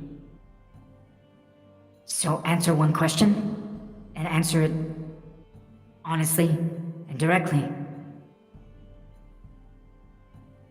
What did ascending Eden and killing Spiritus do for the cause? The actions that you took when his soul was ripped from his body so violently that we can't even understand how.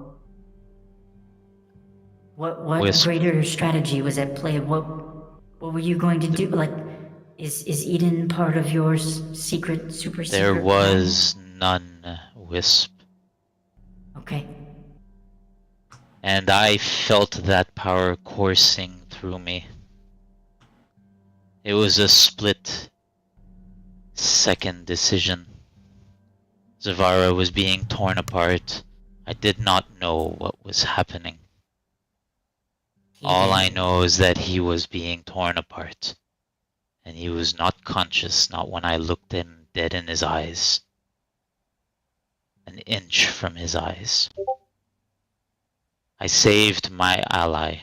I saved my fellow companion, my fellow warrior of light. I made that decision that day. The blame of Spiritus falls on that and that alone, because I could have silenced the power that was being channeled, and I chose not to because he was getting torn apart.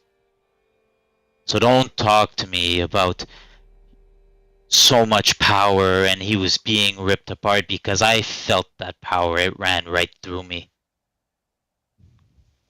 That's He'll I lose, Orpheus. we lose how many warriors, how many family members, how many fathers and sons and sisters and brothers have been lost in the Warriors of Light defending this planet. Yet you tell me that because you lose a family member, that you turn your back on it. Is that it? Wisp will shake his head as he looks at you. Nope. We will fight. We're turning our back on you. Very well. He'll turn to Lumi and he'll kind of take Lumi's hands. Now completely ignoring Orpheus. And he'll place his reward within Lumi's hands. If you need me, I'll be there. I'm sorry. They killed my best friend. You'll see, And I don't see why. you'll see tears start to form up in Lumi again, and as he looks at Wisp and just kind of clasps Wisp's hands together and just kind of mutter, I'm sorry too. It's okay. I don't blame you. I know, None of us do. but I was still there. Maybe I could have done something more than just attempt to bring his soul back. You did what we expected our friends would do. Help us, like we helped you. There's nothing wrong. Not between us. Lumi Here are my rewards, and I will leave you with magic that will strengthen you. I hope that it's enough for what you want to do. But my sisters and my brother and I, we will do our own. Take our own path. Lumi will He'll notice Trevos approaching and he'll turn. Roas will open his mouth as he was gonna talk. He will take steps, but he's walking like almost his feet are barely leaving the ground and just dropping. And before he speaks, he just like about 5, 6 feet away, just drops to his knees, drops his hands to the sides, and just looks up and screams and looks at Wisp with tears in his eyes without saying anything. Wisp will just kind of look at you and he'll walk over to you as you do that. And he'll rummage around in his cloak and he'll produce a small wood carving of Spiritus.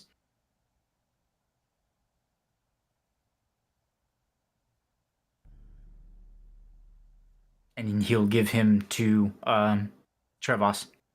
Trevos will take it, thank him, and just It's just wood. puts it There against. was Go ahead. there was nothing left.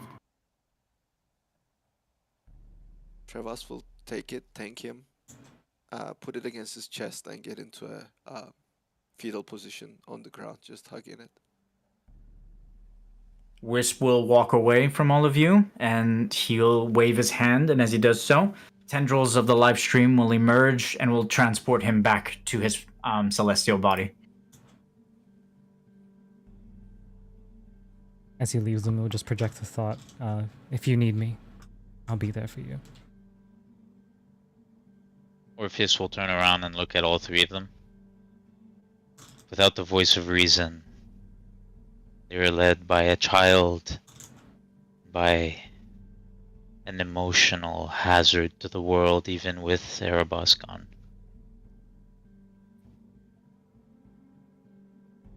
Sorry to all of you for the events. Should have silenced it when I had the chance. Then he'll turn to Zavara. Do not put any of this blame of what we spoke about with Amaterasu and with Wisp on your shoulders. We need to clear our heads. All the blame is not yours, Orpheus. That's not how it works. I know that's the way that you are. But I should have known from the volume of power that I was doing something that was on par with creating a primordial. I should have known at least that. The blame goes where it needs to go. I was the last threshold. Let us clear our heads and figure out how to get through this. Because, and then he'll turn around. Trevos What will get up lies? at this point. What lies out there is what's important, not what happens on this platform or what happens with the primordials.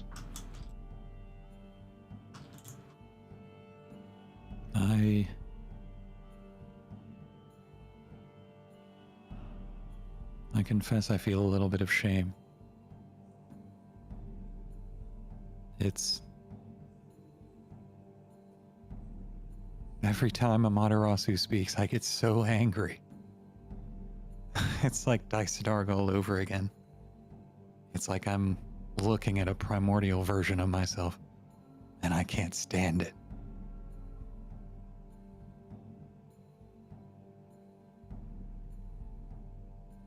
That is what I could have so easily become.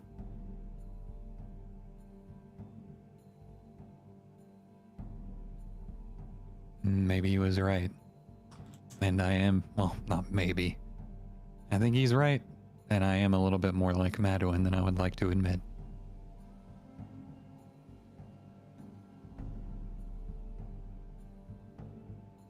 The thing that I'm worried about, and the reason I got so angry, I think at my core, is that their decision makes it harder for me to save him. It's like they've written him off already.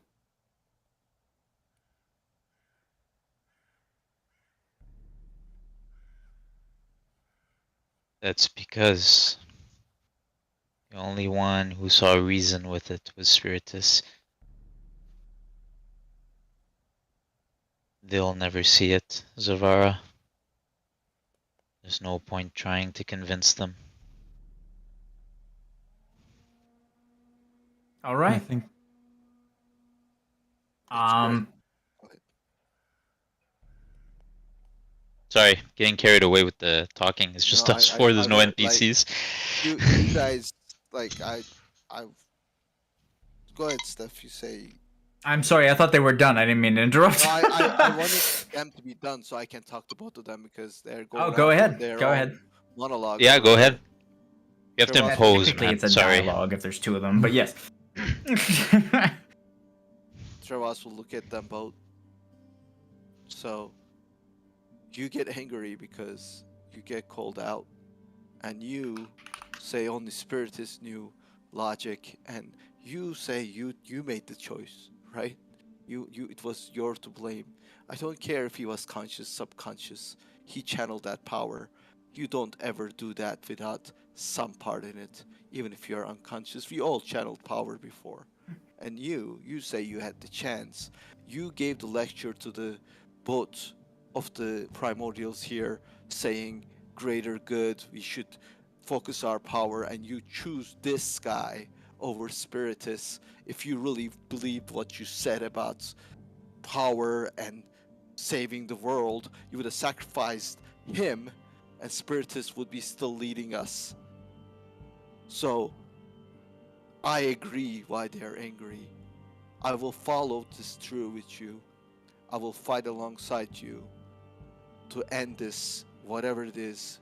Probably die trying because of the loss of power we had. But you keep saying, I had to make a decision. But now, on the other hand, you're saying, hey, choose the side that will win us the battle. And you are calling them not logical for not staying besides us. But you I, didn't use your logic. You used your emotions when you made your choice. You picked the lesser. I never called them illogical, Travas. I don't know where that word comes from. You just said the only logical one was Spiritus. You just said that. I said he was the word of reason within the primordials, and he is. Who is Wisp? Who is Amaterasu? Who is Tsukiyomi? I would argue that Tsukiyomi does have a voice of reason. She's very wise. But she's quiet and subtle. So that leaves Wisp, who is a child, and Amaterasu, who is prone to anger. So yes, with Spirit is gone, there is no more voice of reason within the primordials. And yes, them choosing to turn their backs on us, regardless if they hate us now or not, there is one focus, and that is to end Erebos and save the planets. If that really was the case, it wouldn't be Zavara standing there. It would be Spiritus. Because that would have been the right play, right strategic move, right logical decision if we are really just trying to end Zodiark. I am not strategic, Travas. I never claimed to be. He could In have that destroyed moment, the time rift, slowed Trevor. down. In that moment, time slowed down. I was ready to pounce on Spiritus and take him away. And when I looked at him, it's almost as if he spoke to me. And that's when I made my decision. I pray that you never have to make that type of decision ever. And I understand if we are common allies now, nothing more. I cannot take the past back.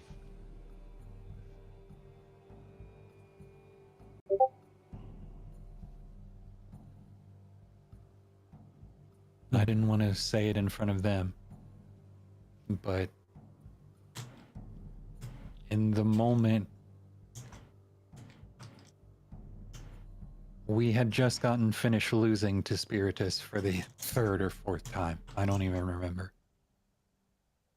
Like the 8th time in total. And Eden...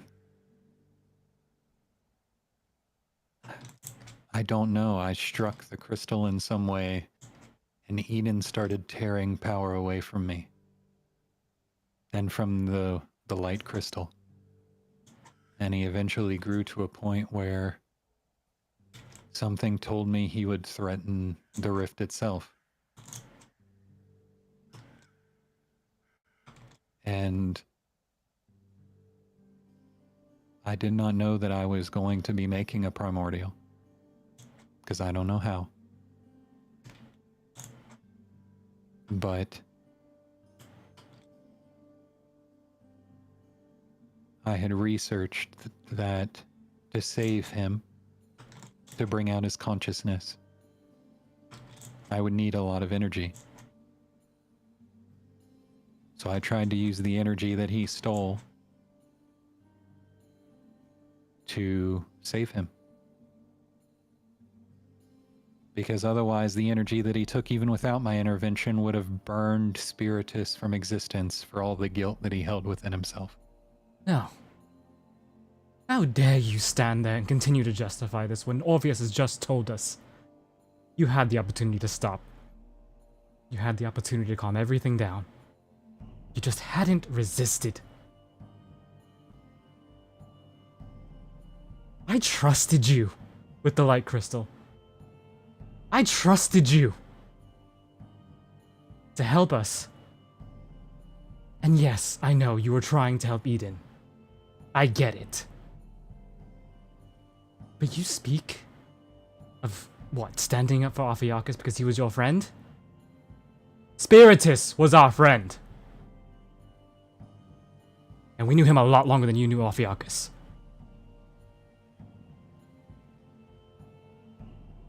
Furthermore, I spoke with him too, Ophiuchus.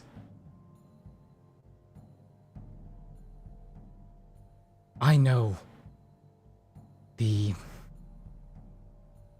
desire, the need to want to save him, just as much as you. But this, him, as he points to the materia, was a mistake. Own up to it. Let's turn away. Zavara actually, like, he had blanked out the last part of what you were saying. And he's focusing on one particular thing that you said. Because you said, if you had resisted. And he's going to say... No, if you hadn't have resisted. Or, excuse me, if I hadn't resisted, excuse me. Yeah. And he's gonna look confused. What do you mean? Because I resisted. Orpheus could have stopped it all, but he chose not to and to let you do whatever it is you were doing. Because he felt you push against him. And that, despite all of his claims, Orpheus's, that you were unconscious, you didn't know what you were doing, that was a choice.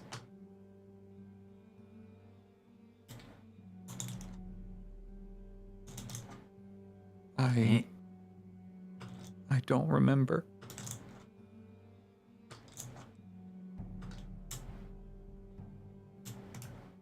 Okay. As much as I'm enjoying the dramatic role playing there, it's getting pretty, like, what's the word? Somber. Yeah, or It's getting pretty somber, and also Orpheus will just disappear. you guys, we went around in circles a little bit, but it was some parts were very dramatic. I liked it. It's very rare we get to RP just PCs like this, so yeah, it was fun. exactly. It is fun for sure. It's intense right now, but it's good. I liked it. So what I'm going to do is I'm going to give you. That's the reason I wanted to interrupt earlier. I gave you all MVP, so you're all gonna get the 50% bonus. And I'm giving you the rewards for defeating Wisp. Sadly, another kind of defeat without defeating. Don't worry though.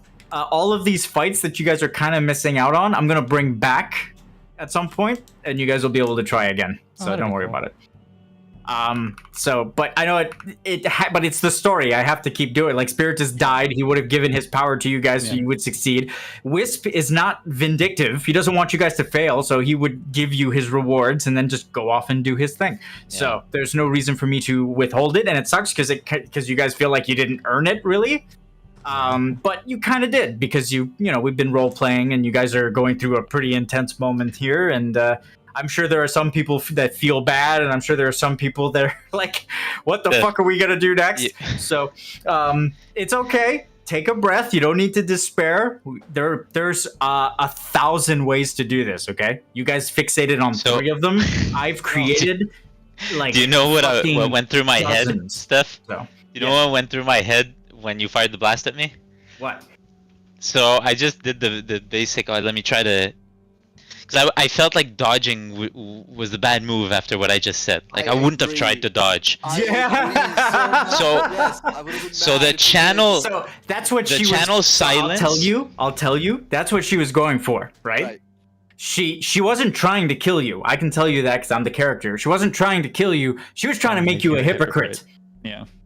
And you technically are a hypocrite because you did try to stop her. But you're not. It's not as evident, which is why she didn't fixate on it, because you didn't dodge out of the way.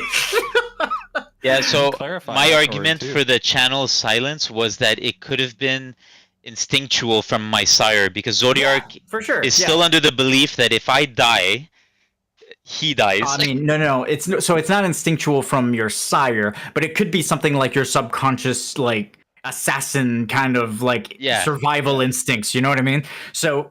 Yeah, for sure. You could definitely use that logic. Zodiark is not present here, because if he was, this would have turned out a little differently. But but the first thing that went through my head, though, I was never gonna do this, but the first thing that went through my head was, man, I should just fucking dodge this thing and tell Steph I'm throwing the Curian dagger right at her. Okay, well that would have been pointless, because there would be nowhere for you to put the power. No, but they told me to just stab somebody. Yes, but if you stab someone, it converts that person into pure energy. But like right here in the Colosseum, like what are you gonna do with the energy? You don't have a container to hold it in. You know what I mean? Like. Yeah, but I would have called the what's his name? The one that Miss Mess hates. I'm blanking on his name. Gaerun? No, not Gaerun. Vana. Vana. I would have called Vana as I threw it. Okay, Vana would have probably been able to hold it for sure. I would have never done that though, but I just thought of it. It went through my head, but I would never done that. Don't forget, she's fast too, though, so it's like that would have been, I think, better for her argument if you had tried to do that and you missed. Like that would have been, oh boy, that would have been rough. So, that would have been a Amaterasu fight, and not like a Colosseum one, like a for your lives. You know what I mean? Yeah. But I would have never done that. But I did think about just standing still in my head. I'm like, fuck. Like I need to die, but I need to make sure the world survives before I die. That would have been my argument if she pointed it out. It would have been instinctual to try and stop it. Die. This is like a role playing thing with your character. I get it. It's not. It is a fine line.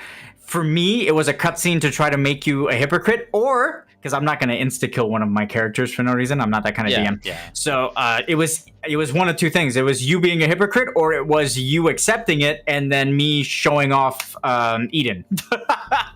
So. Yeah, I knew something would happen, because there's no way that like you're just gonna put a 80 fucking DC and just insta-kill me. So it was also to kind of showcase her power. She is right. She is just as powerful as Zodiark, but in different ways. The reason Zodiark is so hard to deal with for the rest of the Primordials combined is because he represents the void and nothing, you know? He can literally consume the sun's light. Exactly. Yeah. Whereas, but if you guys were to fight Amaterasu, it would be the same level of like scary. So it's yeah, it was meant to showcase that power as well as like everything I just said. I'm giving you all the rewards for as if you had succeeded. What I need to do now is I need to definitely know who's getting all of it, except for the ones that are marked each. Okay, the ones that are marked each, you guys can just raise your resources by that amount. But everything else, okay. Well, the ancient and eternal coins should be each, to be honest. Okay, yeah, I was Let gonna me ask. fix that. But everything else, I need to know where it's going, and I need to know now so there's no duplicates, because that has happened before. Can I refund my Void Soul? I'll say no because I told you not to buy it. Can I refund half of it? Why? I'll just keep it in case. God damn it, man. Tried to tell Fucking you. annoyed. Okay. I'm so annoyed. So it'll be useful for sure. If you equip it for like exploring inside Zodiac, you're gonna get use out of it for sure. Yeah, but I wanted Thancred. I've been wanting Thancred ever since you put it in the fucking shop, okay? Well, now you have 3 eternal coins and 5 ancient coins. 14 ancient coins, actually. Total. Yeah, So total. you can probably buy it soon. And 3. Yeah, I know, but I need to upgrade to Mythic. Hello? What do you mean, hello? Excuse me? I'm not the one making these decisions for you. Okay, so, Savande, you want to hand out the gear for me? I'm just gonna go to the bathroom real quick. I'm taking the equipment voucher, period. Well, yeah, obviously. I'll roll on the Aura site, though. Likewise. That's for the Gillen shards. Put the 1,000 in the chat. That works. Thanks. Elixir, I don't... I would Like- love the elixir. Okay, yeah. Oh, yeah, on It's you, probably yeah, it'd most be useful really on good. you. Yeah. That makes sense if Savande's okay with that. Actually, Savande doesn't get a say because he just took the equipment. So, yeah, you can take the elixir. Wow. Wow. I mean, I agree, but wow. Okay, Orsite, we roll? Mm-hmm. I'd like to make an argument that I lost my 5-star Aura site when Easter broke the light crystal. So, What do you mean you lost your 5-star Orsite? the light crystal was a 5-star Aura site, basically. Oh. Oh, yeah, but I mean, that's, you know, ask Mismas, don't give out the crystals, man. I mean, I would have kept it if I Freaking- could have. For the plan. Whatever, just roll. Thunder lost his Eidolon, so Oh, cool. Nice. Oh, this guy. Alright. Who else is rolling? Travas and Easter? yeah. Okay, looking good, looking good. There you go. That was almost a 17. Go! I needed that. God damn it! I never. did Uh, anything. You just said I'm a gonna- 5-star. You need. You get. I'm another gonna one, you be bastard. fully 5-starred or sighted. My This is God. amazing. You lucky bastard. I feel bad because I did get the last one, but that's a different session, man. Separate instances, okay? Right. Sure. Whatever you say, bro. This helps my guilt in not fighting his resistance, okay? This helps Oh my my guilt. God. It makes me feel better.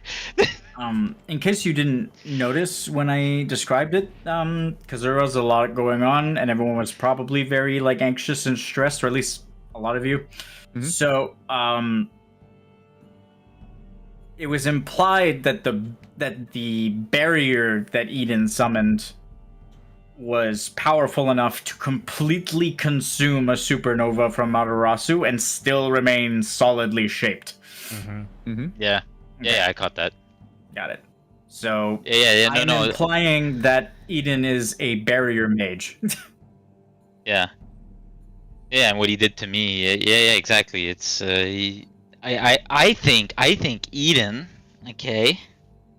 I think Eden could have been very useful.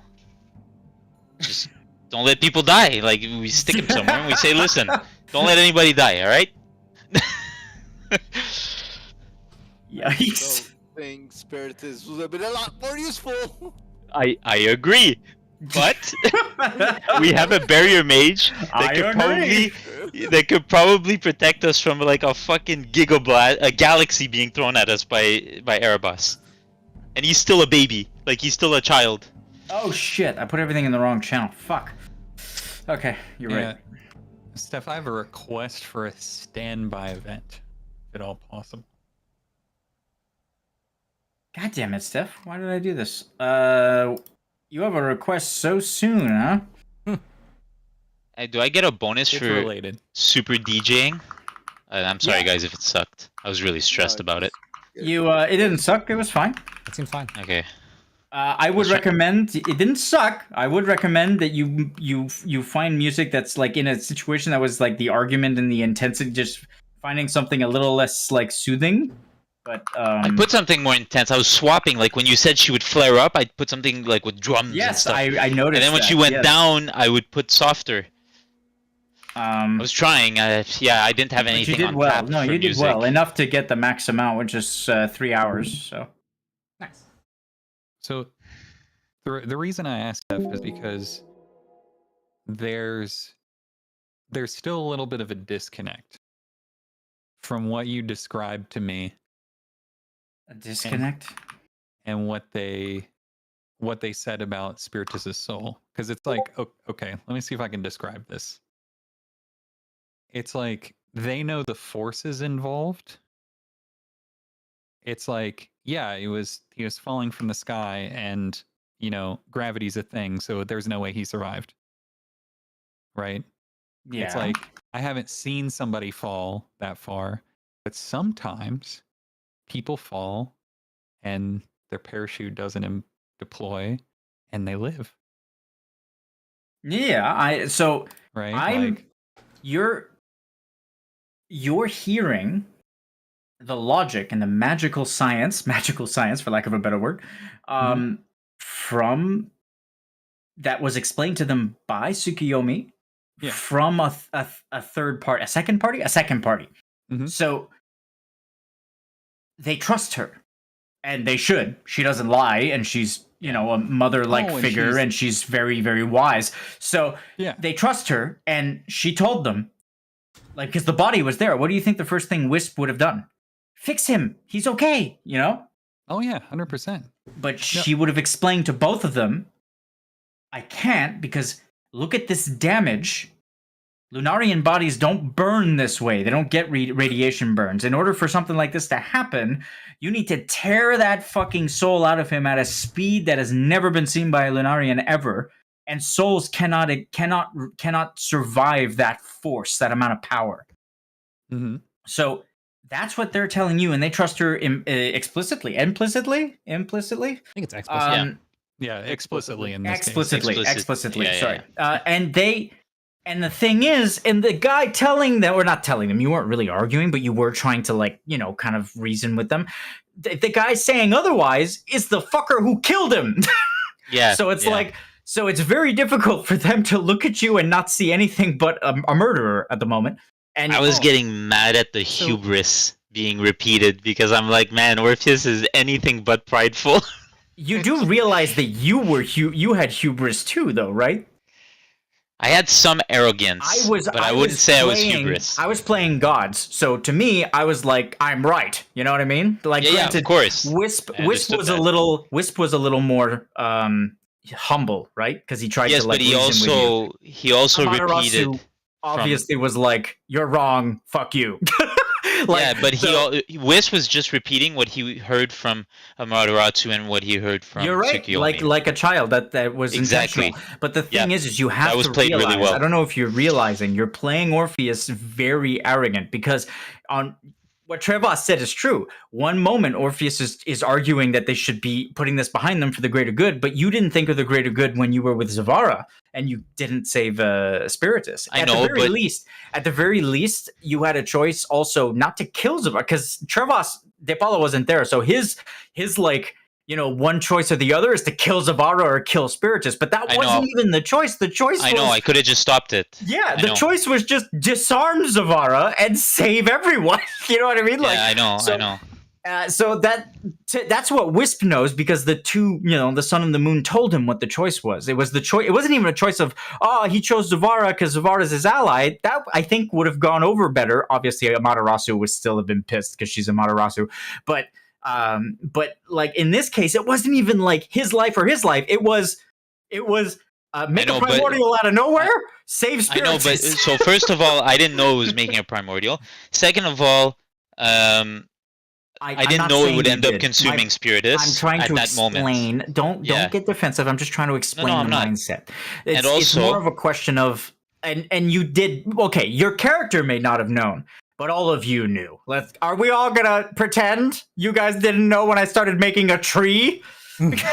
No, but the tree didn't start getting created at that The point. tree started getting created about the first time he drew on the crystal, because the crystal is what was required to start making It wasn't the tree. described at that point. When Steph described a tree forming was exactly the moment that the choice was made.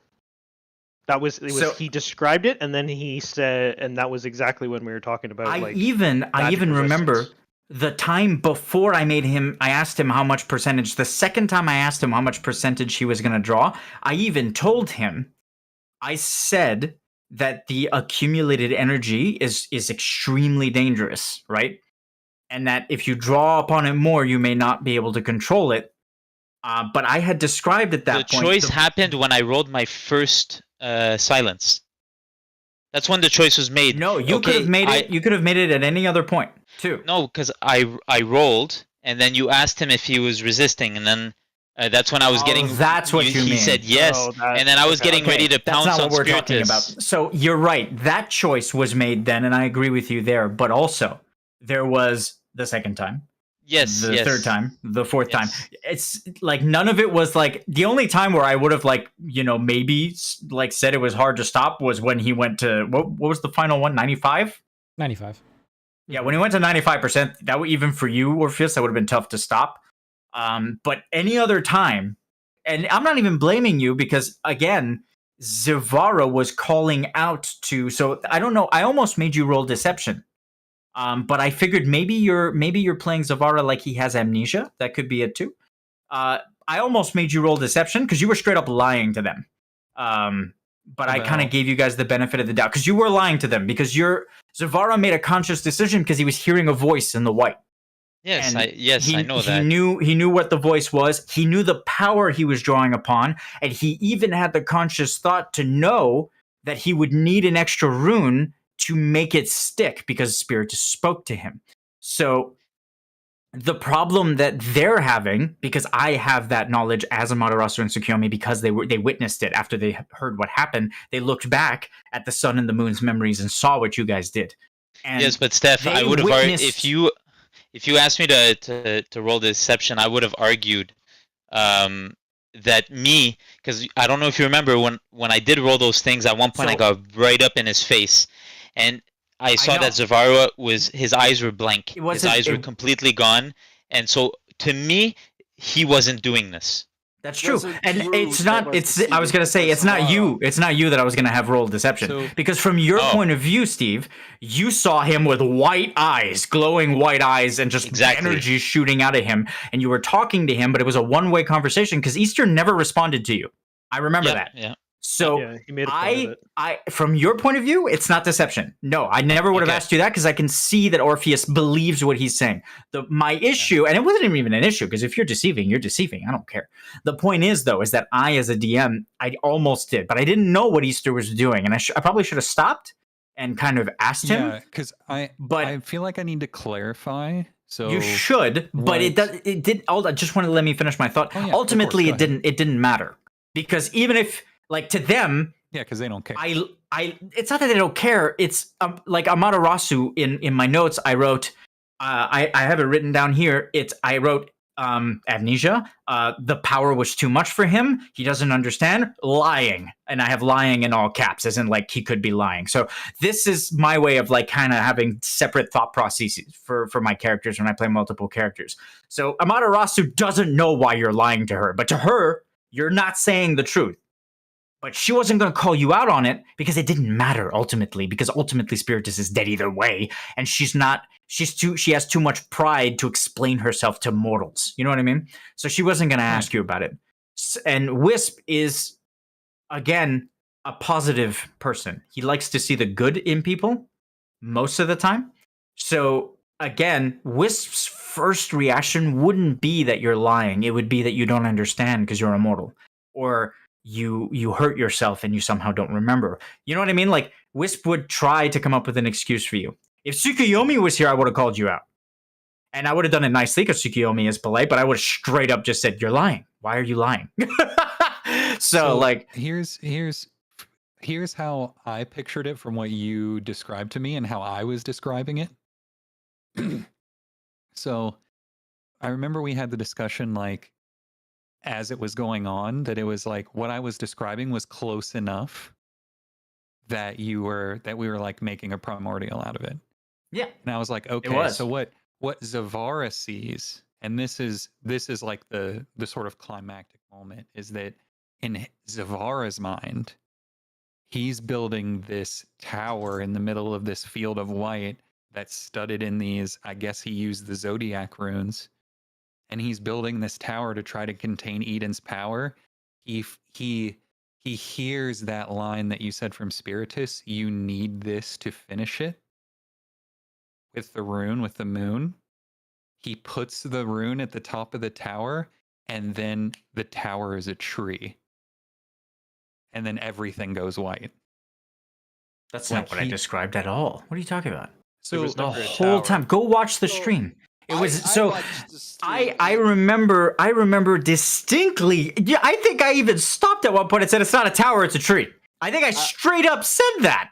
Didn't I? That's why, like, I was talking to Steve earlier, like, when you guys kept telling me, like, he didn't remember, and that's why it kind of confused me, because watching the stream, it looked like he was making choices. Oh, he was making choices. He was. So, And misled, informed choices. Like, so we also have to take into account. So, okay, I don't know if that was a misunderstanding between us, Easter. You knew the whole time it was a tree. I even told you, go look at the stream. Someone could probably clip it. I said it wasn't a tower. I, like, out of character, I'm saying that's like... But the problem with that, Easter, is Zavara made choices. I asked you, out of character, to make choices for Zavara, and those choices were informed. So my issue is they could be subconscious choices, though. You're playing this as if you don't know, but he knows. And the thing is, and like, I'm fine with Orpheus doing that because Orpheus doesn't know.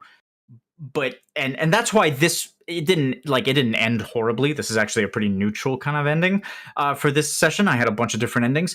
The reason they're not helping anymore is because, like, there was no acknowledgement.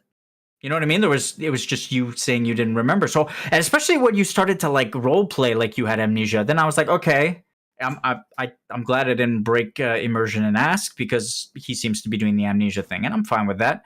Because technically, your character could realize this decision was kind of selfish in the end, and realize that he killed someone who was very, innocent. Spiritus was innocent in his own way, and he could, be subconsciously burying that. You know what I mean? Just to not like kind of face it. But you were making informed decisions. There's no way. Like that's because if you're trying to convince me you weren't making informed decisions, then we have to go back and we have to retcon that whole session, because you cannot subconsciously do what you're claiming. It's like Spiritus was there. You heard his voice. You understood. You put the rune at the top of the tree. Those are conscious choices. You also can't decide to go from like 80% to 90%. Yeah, to 95%. Thank you, Rick. I was getting to that, but yeah, like a clear. Sure. Yeah, Rick has a point. I asked you 80%, 90%, 95%. Those are conscious choices. It's not like a subconscious, like, just draw as you will kind of thing. Like it. And then on top of it, we had a moment where you described sensing that Orpheus was helping you, and that you were using the fact that he was helping you to finish it. Those are all conscious decisions. So I don't think, unless you are going to and I don't mind if you take that idea, by the way, if you're going to latch onto the idea of, he kind of buried it because, yes, he wanted to help Ramza, and his need to kind of help Ramza at any cost kind of dismissed everything else, and now he feels bad because of Spiritus. Like, that's fine, so burying it subconsciously, for sure. But the decisions at the time, I don't think there's any way that you or I or anyone else can argue that it was subconscious. So, I sorry, want to just apologize because yeah. I RP'd that way. It makes sense from Orpheus' perspective, but I RP'd that way just because I misunderstood the scenario. I thought it was his subconscious that was making these decisions. So I apologize, Depala. Oh. For It's fine. Don't worry. Can I just throw something in quick? Well, I think the way Steve roleplayed that, kind of, even though he like out of character was a little misunderstood, was perfect, because in character, the only person that truly knows it was an active choice is Zavara. Yeah. Karnan and Lumi and Orpheus didn't see what happened inside. They just saw Zavara lose control. Yeah. Mm-hmm. And then they Sure. heard Orpheus admit that he was helping. One And can then argue they that heard Spiritus say the only solution to the bomb was him sacrificing himself. Mhm. So technically Tsukiyomi and Amaterasu would probably be able to discern with their vast knowledge, right? But even them, what Rick says applies. They see things from the outside. There's no way they can go inside in a memory, you know what I mean, and figure out. So from the outside, they see, but to them, it's impossible because they know the logistics of making a primordial. So to them, it's like, there's no way you Gohan this. There's no way. And that's just like, it's just fact. And as DM, I have to tell you that. So you have to come up with another explanation, because if we go back and we like kind of group watch it, I'm asking you and you're answering me and Zavara's making choices. I think almost every step of the way you were like, Zavara's gonna, that those are conscious choices. So yeah, they okay. Let me. But I don't even see. You're being like a little defensive, and I feel like I'm attacking you. I don't hate what you did. No. Like what you did was badass. That session was great. I love it. Like it almost. I have to kind of stop myself and kind of go. I'm not like judging you. Like this is what happens in the story from doing this. You know what I mean? Like I'm not. I actually think what you did was badass. Yeah. It was a really cool session, and I think everyone agrees with me. So it's not a question of judging you. Role playing. Yeah. It's a question of like what is possible and what isn't, right? And we probably should have clarified that when I first, but like I said, I gave you the benefit of the doubt, and I thought I kind of did the whole amnesia thing, which is why I kept going. But we probably should have hashed it out as soon as I figured out there was a disconnect. I'm gonna give you kind of like from my out of character, like if I was writing a bio perspective, because I said in character, like you can that I was focusing on the halo and trying to like shape his power around that halo. So from how I was trying to play it is that Zavara was using that halo in his mind to shape the power, and as he heard the voice of Ramza in there, he was pulling the power, but it wasn't I need to make this decision because I know I'm making a primordial right now. It's that what I'm doing is as I'm shaping this thing, I hear his voice clear and I'm getting closer. So yes, at first. I will agree with you at first. But also, and something I was going to bring up before Rick brought up another one of my points and I'm not blaming Rick, it's just more of the point is, your wisdom is 75. So I'm sorry. At first, yes, because you have no idea what's happening, and there's nothing shaped, right? As soon as I describe that ring making the bark of a tree, your wisdom is 75, you have no excuse. I'm sorry. You've been around primordials, you know how all this works. Hell, and even, I'm going to give you a compliment here, right? Because I'm going to win the argument with this compliment. You're probably someone in my campaign, I'd say you're top 3, if not number 1, on someone who wants to know how my shit works.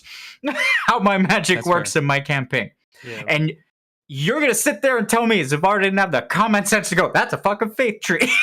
Yeah, I'm sorry. I'm not buying it as the DM. I'm sorry. Okay. So Then you were right about the amnesia bit, because the second part. Yeah, we can I'm do gonna that. I don't describe the mind. second part and why Mhm. he kind of has amnesia from it.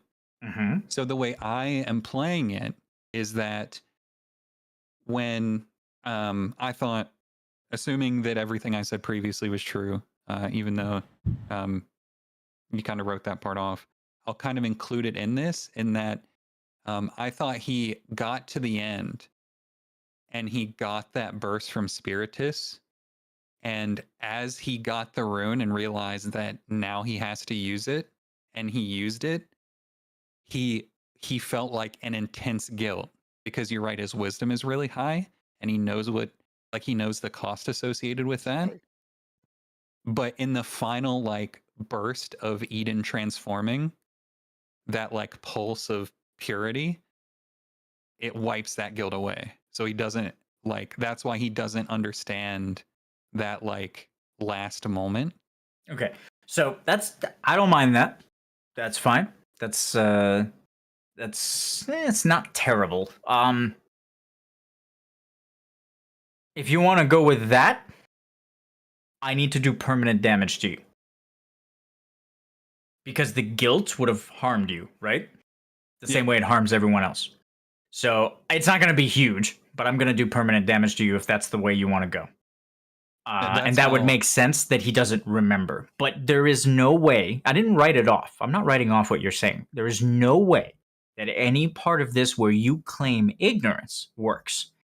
A, because of who you are in my campaign, and B, because of your primary goddamn stat. I think if you were going to say, Steph, what stat would help me understand what is going on at any given time the most, I'd probably say wisdom. Intelligence too, but Intelligence can be blind, though. yes, intelligence can be blind to fact, whereas wisdom can incorporate things like faith and so it's Wisdom is understanding. exactly. So I don't think any part of this explanation where you rely on ignorance is going to work, because Zavara would not at the beginning. Obviously, at the very beginning, you have no idea what you were doing. But as soon as you grabbed hold of the crystal, you knew. You knew as soon as the first fucking particle of that tree was forged with your magic. You knew what was happening, and you also knew, because you knew how that the sack, because you literally used it against. Oh no, wait, was it you or was it? It was Orpheus. Either way, you're aware of it. You knew there would be a cost, and you knew there would be a cost, and you knew that the whole time. Now that tracks with you being guilty, that you kind of fixated and wanted to help him, because it didn't come from a selfish place. Like, you weren't greedy for power here. You were, at least that's not what I'm interpreting from it. You've always told me you want to save Ramza, which is why I believe you didn't do this out of an Easter kind of, I want to be stronger, you know? So I believe that, which is why I like the RP session so much. So It came almost from a place of zeal, which I think is appropriate. Yeah, for Zavara. Yeah, so I think that's what I I was think trying if to you want to get role across. play, the ignorance, not the ignorance, sorry, the amnesia due to the like pulse of, that's fine. I'm fine with that, and I'm gonna roll to see like what kind of. It would permanent actually damage make it sense does. too, right? With That amount of power? It does if he tells me he felt guilt at the moment that it occurred. Yeah, he kind of like snaps out of it, and Spiritus is. It would purge it away, which could take the memories with it, but it will hurt you because it's what killed Spiritus, right? Oh yeah. So It's good that he's doing the amnesia thing, because I don't know if Travas would have been so friendly, because he would have known he's lying. yeah, for sure. And we would have had to have True. essentially retcon that whole session. So because you guys lost the primordials, huh? I don't know if I made it Yeah. clear. Yeah. Primordials are gone. Very clear. The only thing you're keeping is the siring, and only because the people who are sired are respectful and have like a love for their primordial. So I think it's Karnan, and I think it's only Lumi and Karnan. Yep. You can't take my sire away. I'm not taking it away. So you're not losing your sirings, mostly because I don't think the primordials would do that to you guys, because they both like you, but also because I feel like that'd be kicking you guys while you were down, because Thunder lost like fucking 18 levels of Spiritus, and his his tank is way weaker than it was. Yeah. So if I removed Karnans and Loomies, it feels like I would be Yeah. We can just setting wrap up up a the campaign right there. scary like end game. So, but I don't think Wisp mean, would do that. So it's You know, fine. there are stories where the bad guy wins. Stuff. There that are, happens. yes. I try not to, but you're right. There are for sure. And to be honest, it would make my next campaign have that much more of a like good reason for existing. But Yeah. anyway, So And us losing due to our actions as well doesn't cheapen anything. but you know, also, it's- as the DM, you don't want to discourage your players, right? You still want them to have fun. And if you guys are just getting kicked around and you lose, I don't feel Yeah, like it's now fair. I'm not gonna give you the victory, obviously. Like you can lose. You guys know that from my campaign, but it feels like if I'm actively trying to make you lose, it feels like shit. Like I don't you're a want that, you know? hometown ref. Yeah, exactly. Actually, That's a yeah. good way. That's such a good Yeah. way to put it. That's a can good you way give to me put it. clarity on like what I would be like? Assuming we're going with that, I thought it would be just straight amnesia, but is it like I'm Probably- aware of what happened, or like No, the so you- memories are gone, or So if you are Ye- aware of you made the choices, you would be like dead. So Okay, no, so how- you're not. Okay, Well, let me let- clarify. You're Let's agree that Eden wouldn't let him die, right? Right. yeah, he's basically invincible at the moment because Eden's very strong. Granted, Eden is like you saw how easily Wisp dispelled him, unsummoned him. He has So, weaknesses, yeah. He does have like Wisp was like, okay, so he's very good at shielding, but what if I use stuff that's not going to hurt him? And then Yeah. he did, and then he was able to unsummon him instantly. So 'cause Yeah, he has but no Wisp awareness. is not going to be I'm- cutting anybody's head off. Is what I'm getting to. except if Wisp was smart enough to figure it out, then Erebos's Wraith will figure it out. So that's No, I'm the whole point. I'm Is that talking about Trevos's blade coming across his oh, throat. that's what you mean? Yeah, for So, sure. but hold on for a second. I do have a Lunarian warrior attached to me, as That's well. true. that That's true. Knows these type. But of he things, is a Lunarian soldier though, so he wouldn't know the like intricacies. He might. I'd have to roll, but I think Ifrit's first like reaction would be to look at it from a military perspective, and he'd probably suggest that you kill him in his sleep or something. Well, that's what I was gonna do anyways. Like, I'm But a anyway, Shadow Walker. I'm good at. let's this not shit. let's not Honestly, let's not still on speculate. the table. Point is, Easter, the memories of what you did are there, okay? Okay. But you have convinced yourself that it was autonomous. That doesn't mean your character can't grow and figure it out, though. But Yeah. you currently believe that you did it out of instinct and not personal choice. And you didn't realize what was going to happen. When in reality, you had an idea, you knew something would be sacrificed. You knew it was probably going to be Spiritus because you know Spiritus would be A, the most guilty person there, and B, he's aligned to darkness, right? So, like, I told you the place was glowing so much that the fucking lava was converted into liquid gold. So it's again, wisdom 75. You can't. It's very hard to play stupid when you're wisdom 75. The point is, you would have known most of what was going to happen, if not everything, as soon as you figured out you were making a primordial, and you've since you made those choices because you wanted to save Ramza more than anything. And you felt a guilt because you're not an evil person. You felt a guilt because you did like Spiritus. And as soon as the primordial was created, that guilt was ripped out of you, much like Spiritus's soul was ripped out of him.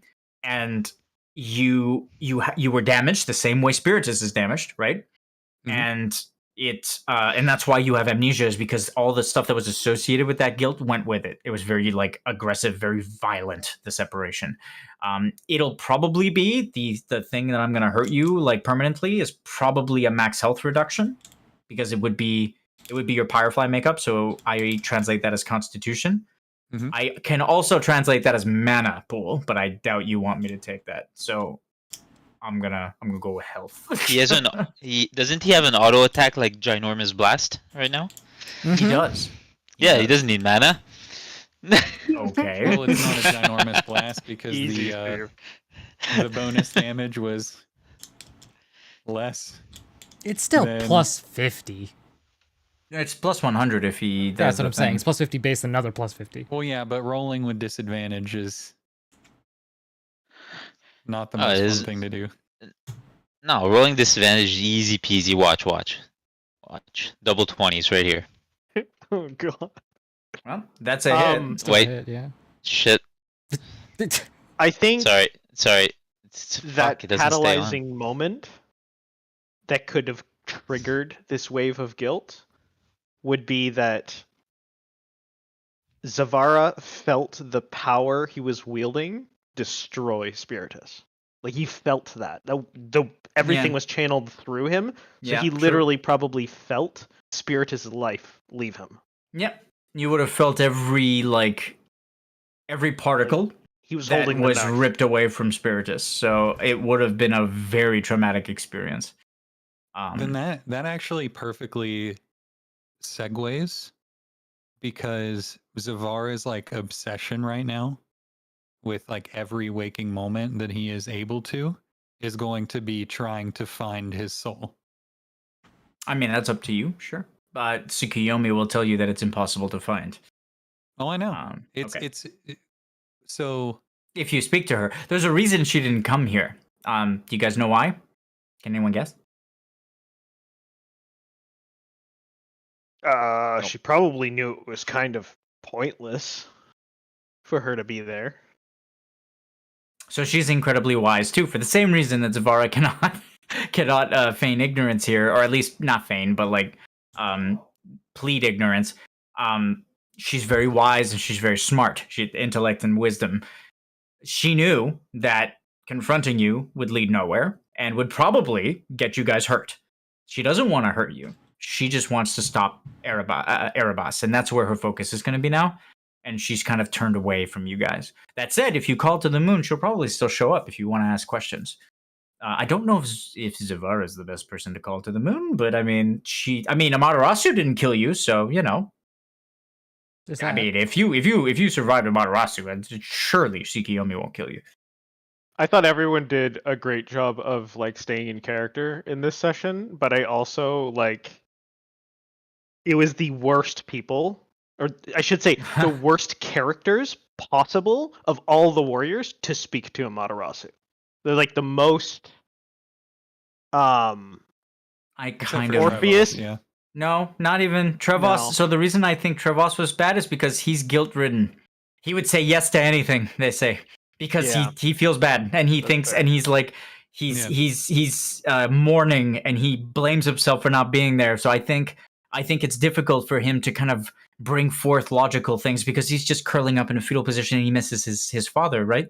And it's I think it's tough for Trevos to do anything. And then of course Lumi has the attachment to Wisp and to Spiritus and to everyone. So it's very difficult for Lumi to be and let's face it, Samanda, you're not a very vehement person, except when you were calling them out. That I was going to say that was good. That was nice. awesome. Oh, yeah. Yeah. Thank you. That was Ooh. amazing character development.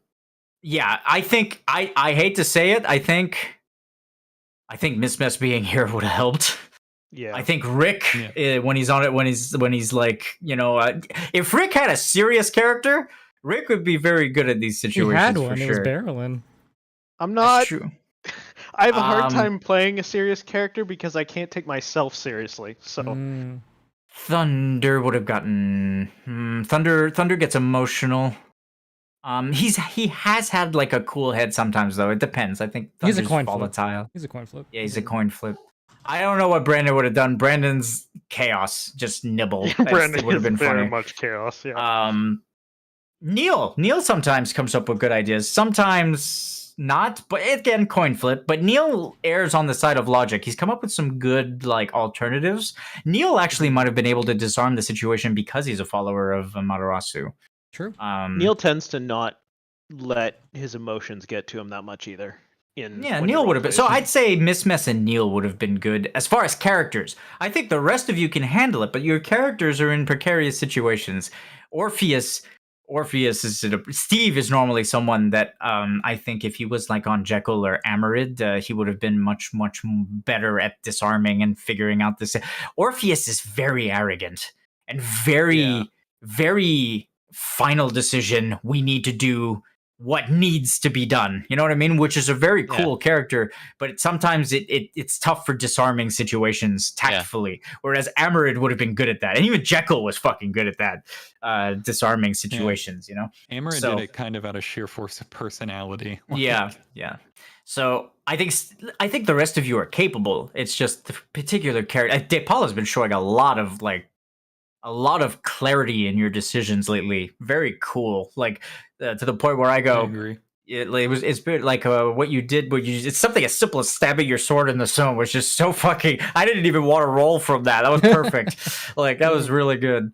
And then when you did that dueling against the master before you went to Turkey, that was fucking cool That was too. badass. That was a lot of fun. Anyway, like I said, don't get too. It's easy to get like upset and scared and upset, and then to just try and move forward and try and figure out a new strategy, and you'll figure it out. Like I said, there's a couple dozen ways to do this, and you guys fixated on like 2 or 3 of them. There's a couple dozen. So research, talk, and then we'll have to, retcon that first session a little bit. Because the Primordials would not have helped. That said, Eldraskir still would have. So, Eldraskir's there. Yeah, Who Kane's else still would have? probably Kane would have against helped Dad. too. Yeah. Yeah. So, my first line of inquiry.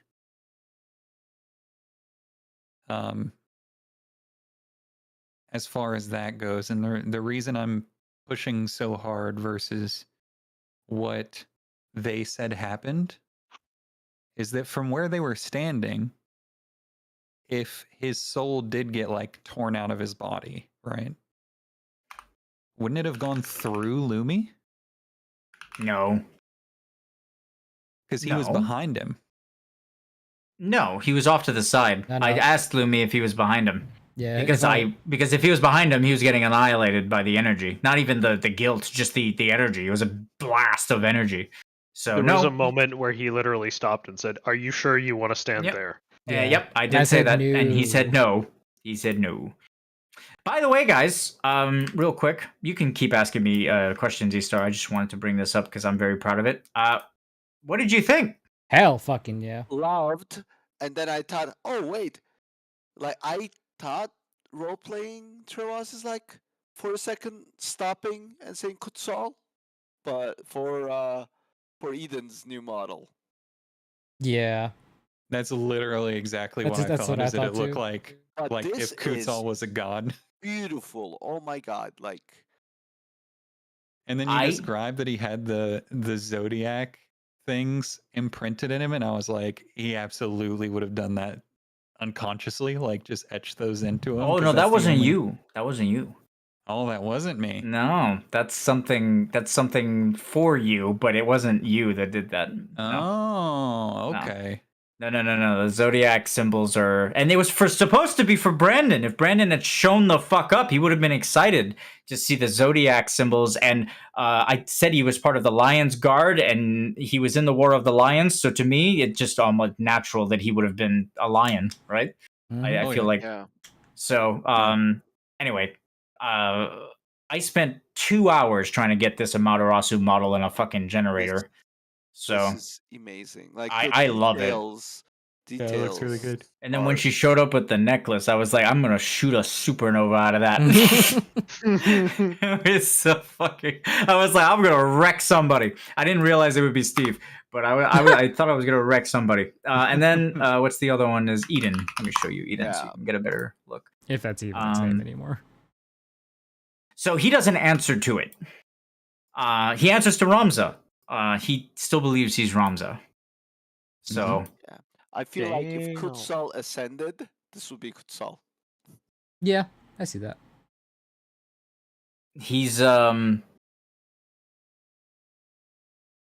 It's beautiful. Oh my god. If I didn't roll, Look at figure the out a way, because stars in the main. so there was a moment in that session where Amaterasu was talking to him and was about to say something, and Wisp stopped her. I don't know if you guys remember.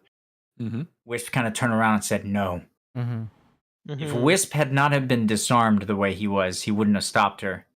She was going to ask him his name. He was going to say Ramza, and she was going to give him the info I asked if you were sure you wanted to give him. She was going to force an event, and she was going to try to use it as an excuse to kill him. And ultimately, Wisp did not want that because, again, it would just be more death, and Wisp is not a kind of entity that would want that kind of thing to happen, especially when he laid eyes on him and kind of went, "Oh, this poor soul," kind of thing, poor Ramza. So, I thought that moment was really cool because it shows a lot of like growth in Wisp. Yeah, it's funny. Orpheus keeps telling Wisp he's a child, but I didn't tell Wisp he was a child. I told the others he was a child. Okay, point is that Wisp is the reason Amaterasu didn't elevate and escalate. And even at the end, Amaterasu was like, "What, you're telling me to leave? I want to fuck these guys up." That's what she was like. When yeah, I understand that. I wouldn't expect less from Wisp in that scenario. But fact of the matter is, he is a child, and Amaterasu a hothead. So I mean, she's the son. Yeah, exactly. Wisp is also not as much of a child anymore, given what we kind of learned in that very beginning, where his memories of a Rei came back like much more. He is a child. He's getting better. He is a child. All he was doing, okay, was repeating the same thing that Amaterasu was saying and what he heard from Zuko. He's a child. No, there are aspects of him that are childish, but there are parts of him that have grown, though. Yes. He's also trying to tell us that, like, they'd already had this discussion, and this was the result they came to, and he wasn't changing from that discussion. Mm-hmm. Unless you guys gave him a reason to, and no one did. Right. I mean, Zavara was claiming... Well, now he's not claiming anymore. Zavara wasn't even taking responsibility, and then Orpheus kept justifying it. So it was like, at the end, it was like, Yeah, this I wasn't justifying anything. That's not what I was RPing at all. I mean, it felt like justification. No. What I was RPing was not justification. It was place the blame on the right person, not on him. Everybody's blaming him. Everybody's angry at him. I mean, place the blame on the right person. From the That's not outside justification. perspective, they saw him. You were hard to see, first of all. And second of all, your magic wasn't blazing like the sun, right? Your magic was very subtle. So and my other point was, let's get rid of Erebos, and then if you want to hate us. That's but splitting up is not smart. So that part I agree with because it's like, but the thing is you never actually said we made a mistake. Yeah, there was never any like humility or. So I agree with Orpheus in that regard because he's right. In the end, splitting up makes you weaker. But in from their perspective as the DM, I have to be like, it's like, okay, it's okay for you to make the mistake, but when we want to go our own path because we don't trust you anymore, all of a sudden we're the bad guys. It's starting to seem very one track to them. Orpheus did apologize a few times for the decision he made. Okay? But Orpheus is not, he's not a humility type person. Oh no, I get that. I'm not blaming you for it. He, in his mind or in my, well, I mean, he's a part of me and I did get worked up at one point. So like Orpheus kind of fell off character a few sentences. I did notice, but Orpheus, it's this happened. We can't change the past. Let's move on. Let's figure out how to deal with the problem. And then you want to fucking hate us. You want to kill us. Well, I don't care what happens to me after Erebos. It makes sense. It does make sense. And it is the logical thing to do. But see, that's where the hang up is, right? Is that like you're absolutely right. Your logic makes sense. And then they're like, where was it then? And that's the whole part is that they are, and I will agree with you, they are emotional. They just lost someone they love. It's hard to and I would argue that I'm not a wise person. That's true. Okay? In that moment, I made a split-second decision based on speed, knowing that I could funnel the power and control it. Yeah. And I was seeing my ally get ripped apart, so I saved them. Yep, that makes sense. No, so the thing is in character, the only reason you got flack from the Primordials this session, Steve, is because you spoke up and defended Zavara. Yes. They were focusing all their hate on Zavara. They didn't blame you. And that's because I felt like the blame was going to the wrong person in character. I know that for sure. Orpheus is very quick to blame himself, and then of course Zavara being clueless, you know what I mean, didn't help. So it was, yeah, it happened the way it happened, and like I said, there's 3 dozen ways forward, so just find it. And I to did be also honest, RP. Easter, if you hadn't have done that, I wouldn't have this model of Eden that I worked my ass off to get. And to be honest, I'm going to tell you right now, this is my model because I generated him. And he's my fucking Eden in all my campaigns from now on. So, I mean, and it's the same thing with this Amaterasu. I might actually make a fucking Tsukiyomi like this because I love those two, and I'd love to have my own versions of them. So. Like a counterpart. Steph. Yeah. Steph, I just one last thing about before, okay? During when I jumped in from standby in the other session, okay, to help. Yes. I did RP that, you know, when time slowed down and I was getting, like, my knees were bent and the dust was rising and I was getting ready to pounce and disappear and appear onto Spiritus and get him out. I was going to use a escape artist to try and get him out, okay? Well, I know. With a description. So I did RP that I looked. Are you sure? Yeah. Right? You asked me. You said, Steph, I'm going to go save Spiritus. And I said, are you sure? And then I kind of described what was going on, and that's when you kind of hesitated. I'm fully aware that your character was going to save Spiritus. I'm fully aware of that. And to be honest, I don't know who I rolled it on. I know Amaterasu didn't see it because as soon as Amaterasu saw Zavara doing that, she saw one thing, and she saw mortals being fucking stupid. You know what I mean? So she's very arrogant, Amaterasu. So she didn't see it, and then Wisp would have seen. Racist too. It's true. And then Wisp would have been the only thing Wisp would have felt is sadness, right? And sorrow and despair. The only person smart enough to look upon what was happening and see that Orpheus was trying to save Spiritus or was hesitating to go save Spiritus would have been Tsukiyomi. Tsukiyomi did see it because her wisdom is fucking, I don't know, 120, I think. So there's no way it escapes her perception. So Amaterasu didn't see it, and Wisp didn't see it, but it is a universal fact. Everyone here knows it. They heard you and I talk, and on top of it, even Tsukiyomi saw it. She just wasn't here to kind of say it, to like speak up. Yeah, but the reason I mentioned that is because I kept saying in that moment when I hesitated and light was fucking pouring out of cracks in Zavara, in that moment, and I think I said it out loud in that session, I said, you know, what would Spiritus do in this situation? He would save Zavara, and then I decided to stay. I don't even think Amaterasu and Wisp disagree with that. Like they know that Spiritus would have saved Zavara. And I think that's why I mentioned that a couple times. Yeah, you did, but I think that doesn't matter to people who are grieving. It's like he would have done it. It's like, I don't care if he would have done it. He should be here. You know what I mean? Like, it's very selfish for sure. And you're right. Like I said, I don't disagree with some of the stuff you say. Wisp is childlike, and Amaterasu is a hothead for sure. That's how I play them. I think that what makes this all the more tragic, right? I think what makes this all the more tragic is that Spiritus was probably the best example of a primordial that did not abuse his power, that did not interfere with humanity, that kept the natural order of death, and that never like flaunted his power. You know what I mean? And well, except to become Emperor of Zoldad, I guess. But like even then, the people of Zoldad, they flourished, right? So the Emperor wasn't evil. It was also a means to. Yeah, it's like I said, he was the voice of reason in the primordials. I do think Tsukiyomi rivals him as a wise and balanced. And that's also what I said, right? But yes, I also said, what is she? She's too quiet. Meek. She's too subtle. She doesn't have a loud voice to tell Amaterasu, you know, like stop this nonsense, or to tell Wisp what to do. She'll be kind and gentle with him. She'll treat him like a child. Like a child. And with him, well, saw. Did you read my story?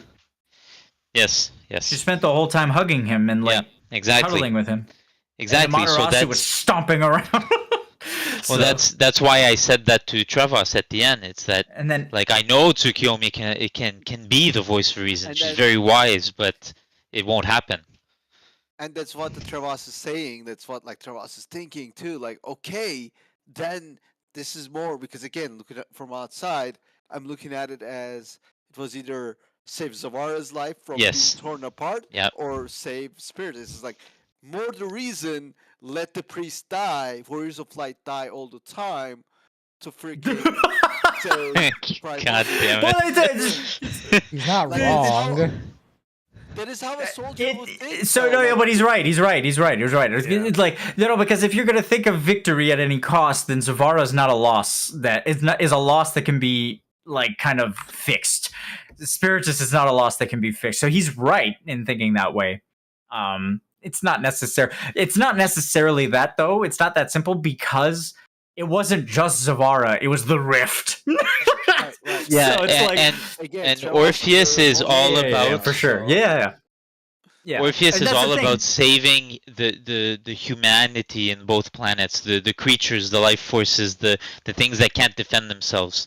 Okay, and in a moment of that situation, he has a decision between a primordial who's a god, okay, who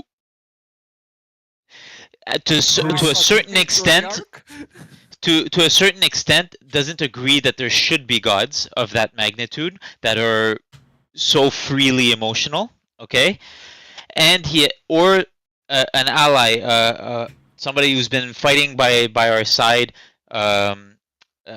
somebody of one of the planets, a defenseless being in that moment. So, I agree.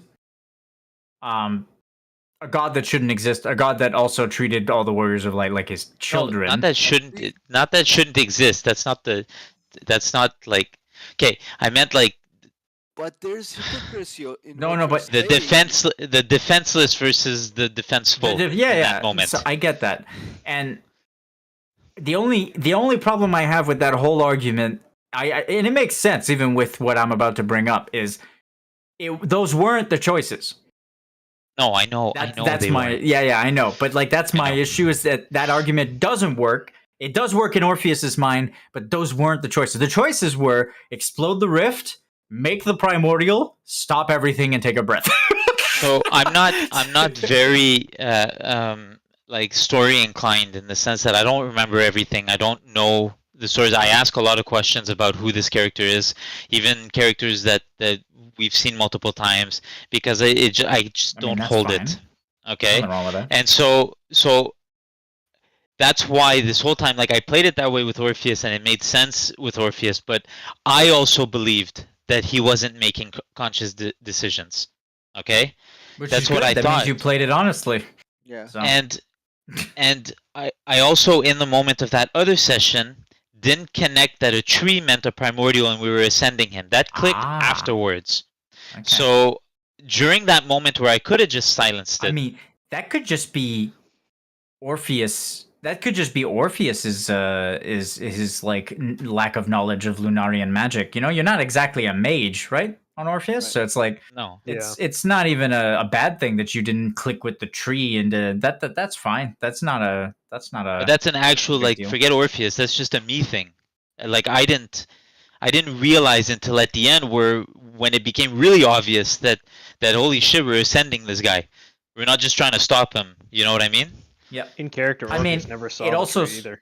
It also, yeah, you also didn't see the tree as Orpheus. That's true. So, I None mean, of it's us not did. really a decision you could have made. That said, Orpheus can kind of see that this started as an Eden fit, right? And you could have drained the Yeah. Eden fit and just kind of stopped it.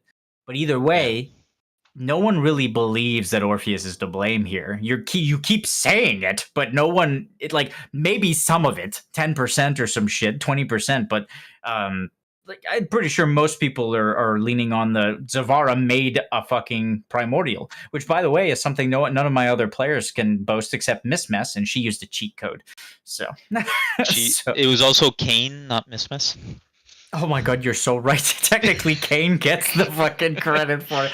The fucking KS. But yeah, it's definitely it was a cool moment, but it was definitely Zavara's doing, and Orpheus is blaming himself as like a coping mechanism, but it was Zavara that did it. No, it wasn't a Is- coping. Like It is a Orpheus coping mechanism would because actually there's- believe it's his there's- fault. I know he would actually believe. That's why I'm calling it a coping mechanism because he believes it. You know what I mean? Ah, okay. That's what a coping mechanism is when you Yeah. delulu yourself into a solulu. Really? Really? The Delulu is the Solulu. He's like, Don't really? get it twisted. Okay. See, this is what I miss about Jekyll. It's the type of stuff I can say in character. Yeah. The delulu is the solulu. Perfect. Okay. I'm glad you guys like the new models. Because I fell in love with them when they showed up, and I was like, yes, that's it, and yes, that's it. I'm gonna try and do it for Tsukiyomi. I was really hoping for a nat 20 when you asked for that persuasion. I was like, damn, I can be a warrior of the fucking primordials. New job unlocked. It sucks that Thunder wasn't here for this session Yeah. because what Thunder's he- lack of sire of having Spiritus could have Might been a have gotten, great like, segue into getting like a something. Madarasu or Wisp. yeah. So, but anyway, it doesn't matter. I do suggest you guys kind of brainstorm. Please don't let like one or two people shoulder the burden. Try and participate. Yeah, well, you guys will figure it out. I'm sure you guys will figure it out. Mhm. Be all right. On a different note, if for whatever reason I've been like thinking a lot recently about Kingdom Hearts and what I want to do Mm-hmm. with Caldus / whatever. But I haven't decided on that. I have a solid list of classes We know That- what classes? go Not yet. not all of them, no, but from the current classes, I have a solid list of classes or like concept. Like it's more of a concept of what I envision.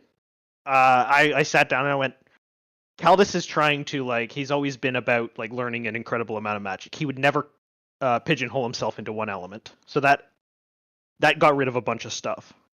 And I was like, what kind of magic mastery classes there are, and I was looking at that, and so I really got a concept for what like I think I could, and I didn't want to restrict it any further than that because I wanted to have, if we need a support, I'd do this. If we need a tank, I'd do this sort of thing. But then I was thinking about like what happens if for whatever reason we decide not to do Caldus, and I have a non-Caldus character that I know what I would want to do. And that is, I would want to be a lion from the Pride Lands and be a hunter. Oh my god. I was like, that would be cool. Stalking and collecting trophies and shit. Yeah, like That'd be pretty Rengar cool. type thing. Yeah, like a Something like Rengar that. thing, yeah. Oh my god, yeah. It'd be so good. It'd be fun. Tonight we hunt. I don't know where I would fit in the story or whatever, or like how I I'll would figure play it out. him or what type of character, but that's what I Make think you, I will do if I'm not Caldus. Make you an outcast of the what's it called? I think it's called the Lion's Guard. The thing that Scar was part of when he was younger to protect the Pride Lands. And then you could have Please like do a not use that show. and then you can Steph. you can claim that you and Scar were like old war buddies. Steph. What? Please don't use the Lion Guard show. What's wrong with that? It's so. Have you watched it? No, I haven't. I haven't done the research yet. I I'm just have assuming. a daughter. Okay. Yeah, who but was if I- obsessed with that show, You do It realize is- if I've I seen- take it, you do realize that I'm gonna stuff it up, right? It's not gonna Yeah, stay. it's not gonna be like kids show. Yeah. okay. In that kid show, Steph, if a cobra bites you, you turn evil, and that's why Scar was evil. Is because a cobra bit him. Okay. See, like that's not Again, something that's a I'm kids gonna. show. That's not something I'm This gonna show, say. It is I- very unlikely a cobra biting a freaking knife. It's a more modern kids show. okay, It's okay. like Here. That's true. That is You know very what, unlikely. Rick, just for Point. fun, make that part of your backstory. My point is that I've had to suffer it was a through sneaky that snake. show, and that show is one of the worst, like, we are cashing in on the Lion King fucking pieces of media. If I take it, I'm taking probably just the concept of like a lion guard being a thing in the past. Oh my god. Okay, That's that's it. fine. That's all I'm taking. If I take it, we are all okay. locked I in, but- may, now that you mention it, I may design evil venom snakes in the Pride Lands. I got it. Amadeus pissed off a genie, Oh my got god! turned into a snake, Oh and then god. bit me. And became a sneaky snake. Yeah. and bit me. Jesus fucking Christ. I hate all of you. Nice. Anyway, I'm not taking no fucking that. Like, I'm gonna take stuff from like the original Timon and Pumbaa TV show, but I'm not. The campaign's gonna be dark as shit. I'm not like taking stupid shit from these. Oh shows. my god. Okay. Can we? I know. Is boar a race? No. Uh, And I was ashamed. Easter, there's already so much content from just base classic movies that like you don't have to get that obscure, you know? Yeah, it'll be fun. And also, don't forget, I'm gonna throw in my own shit. Like, it's not. Yeah. You know what I mean? Like, it's not gonna be all like source material. Fuck that. I'm sure there's like I stories have called that... this as model right here.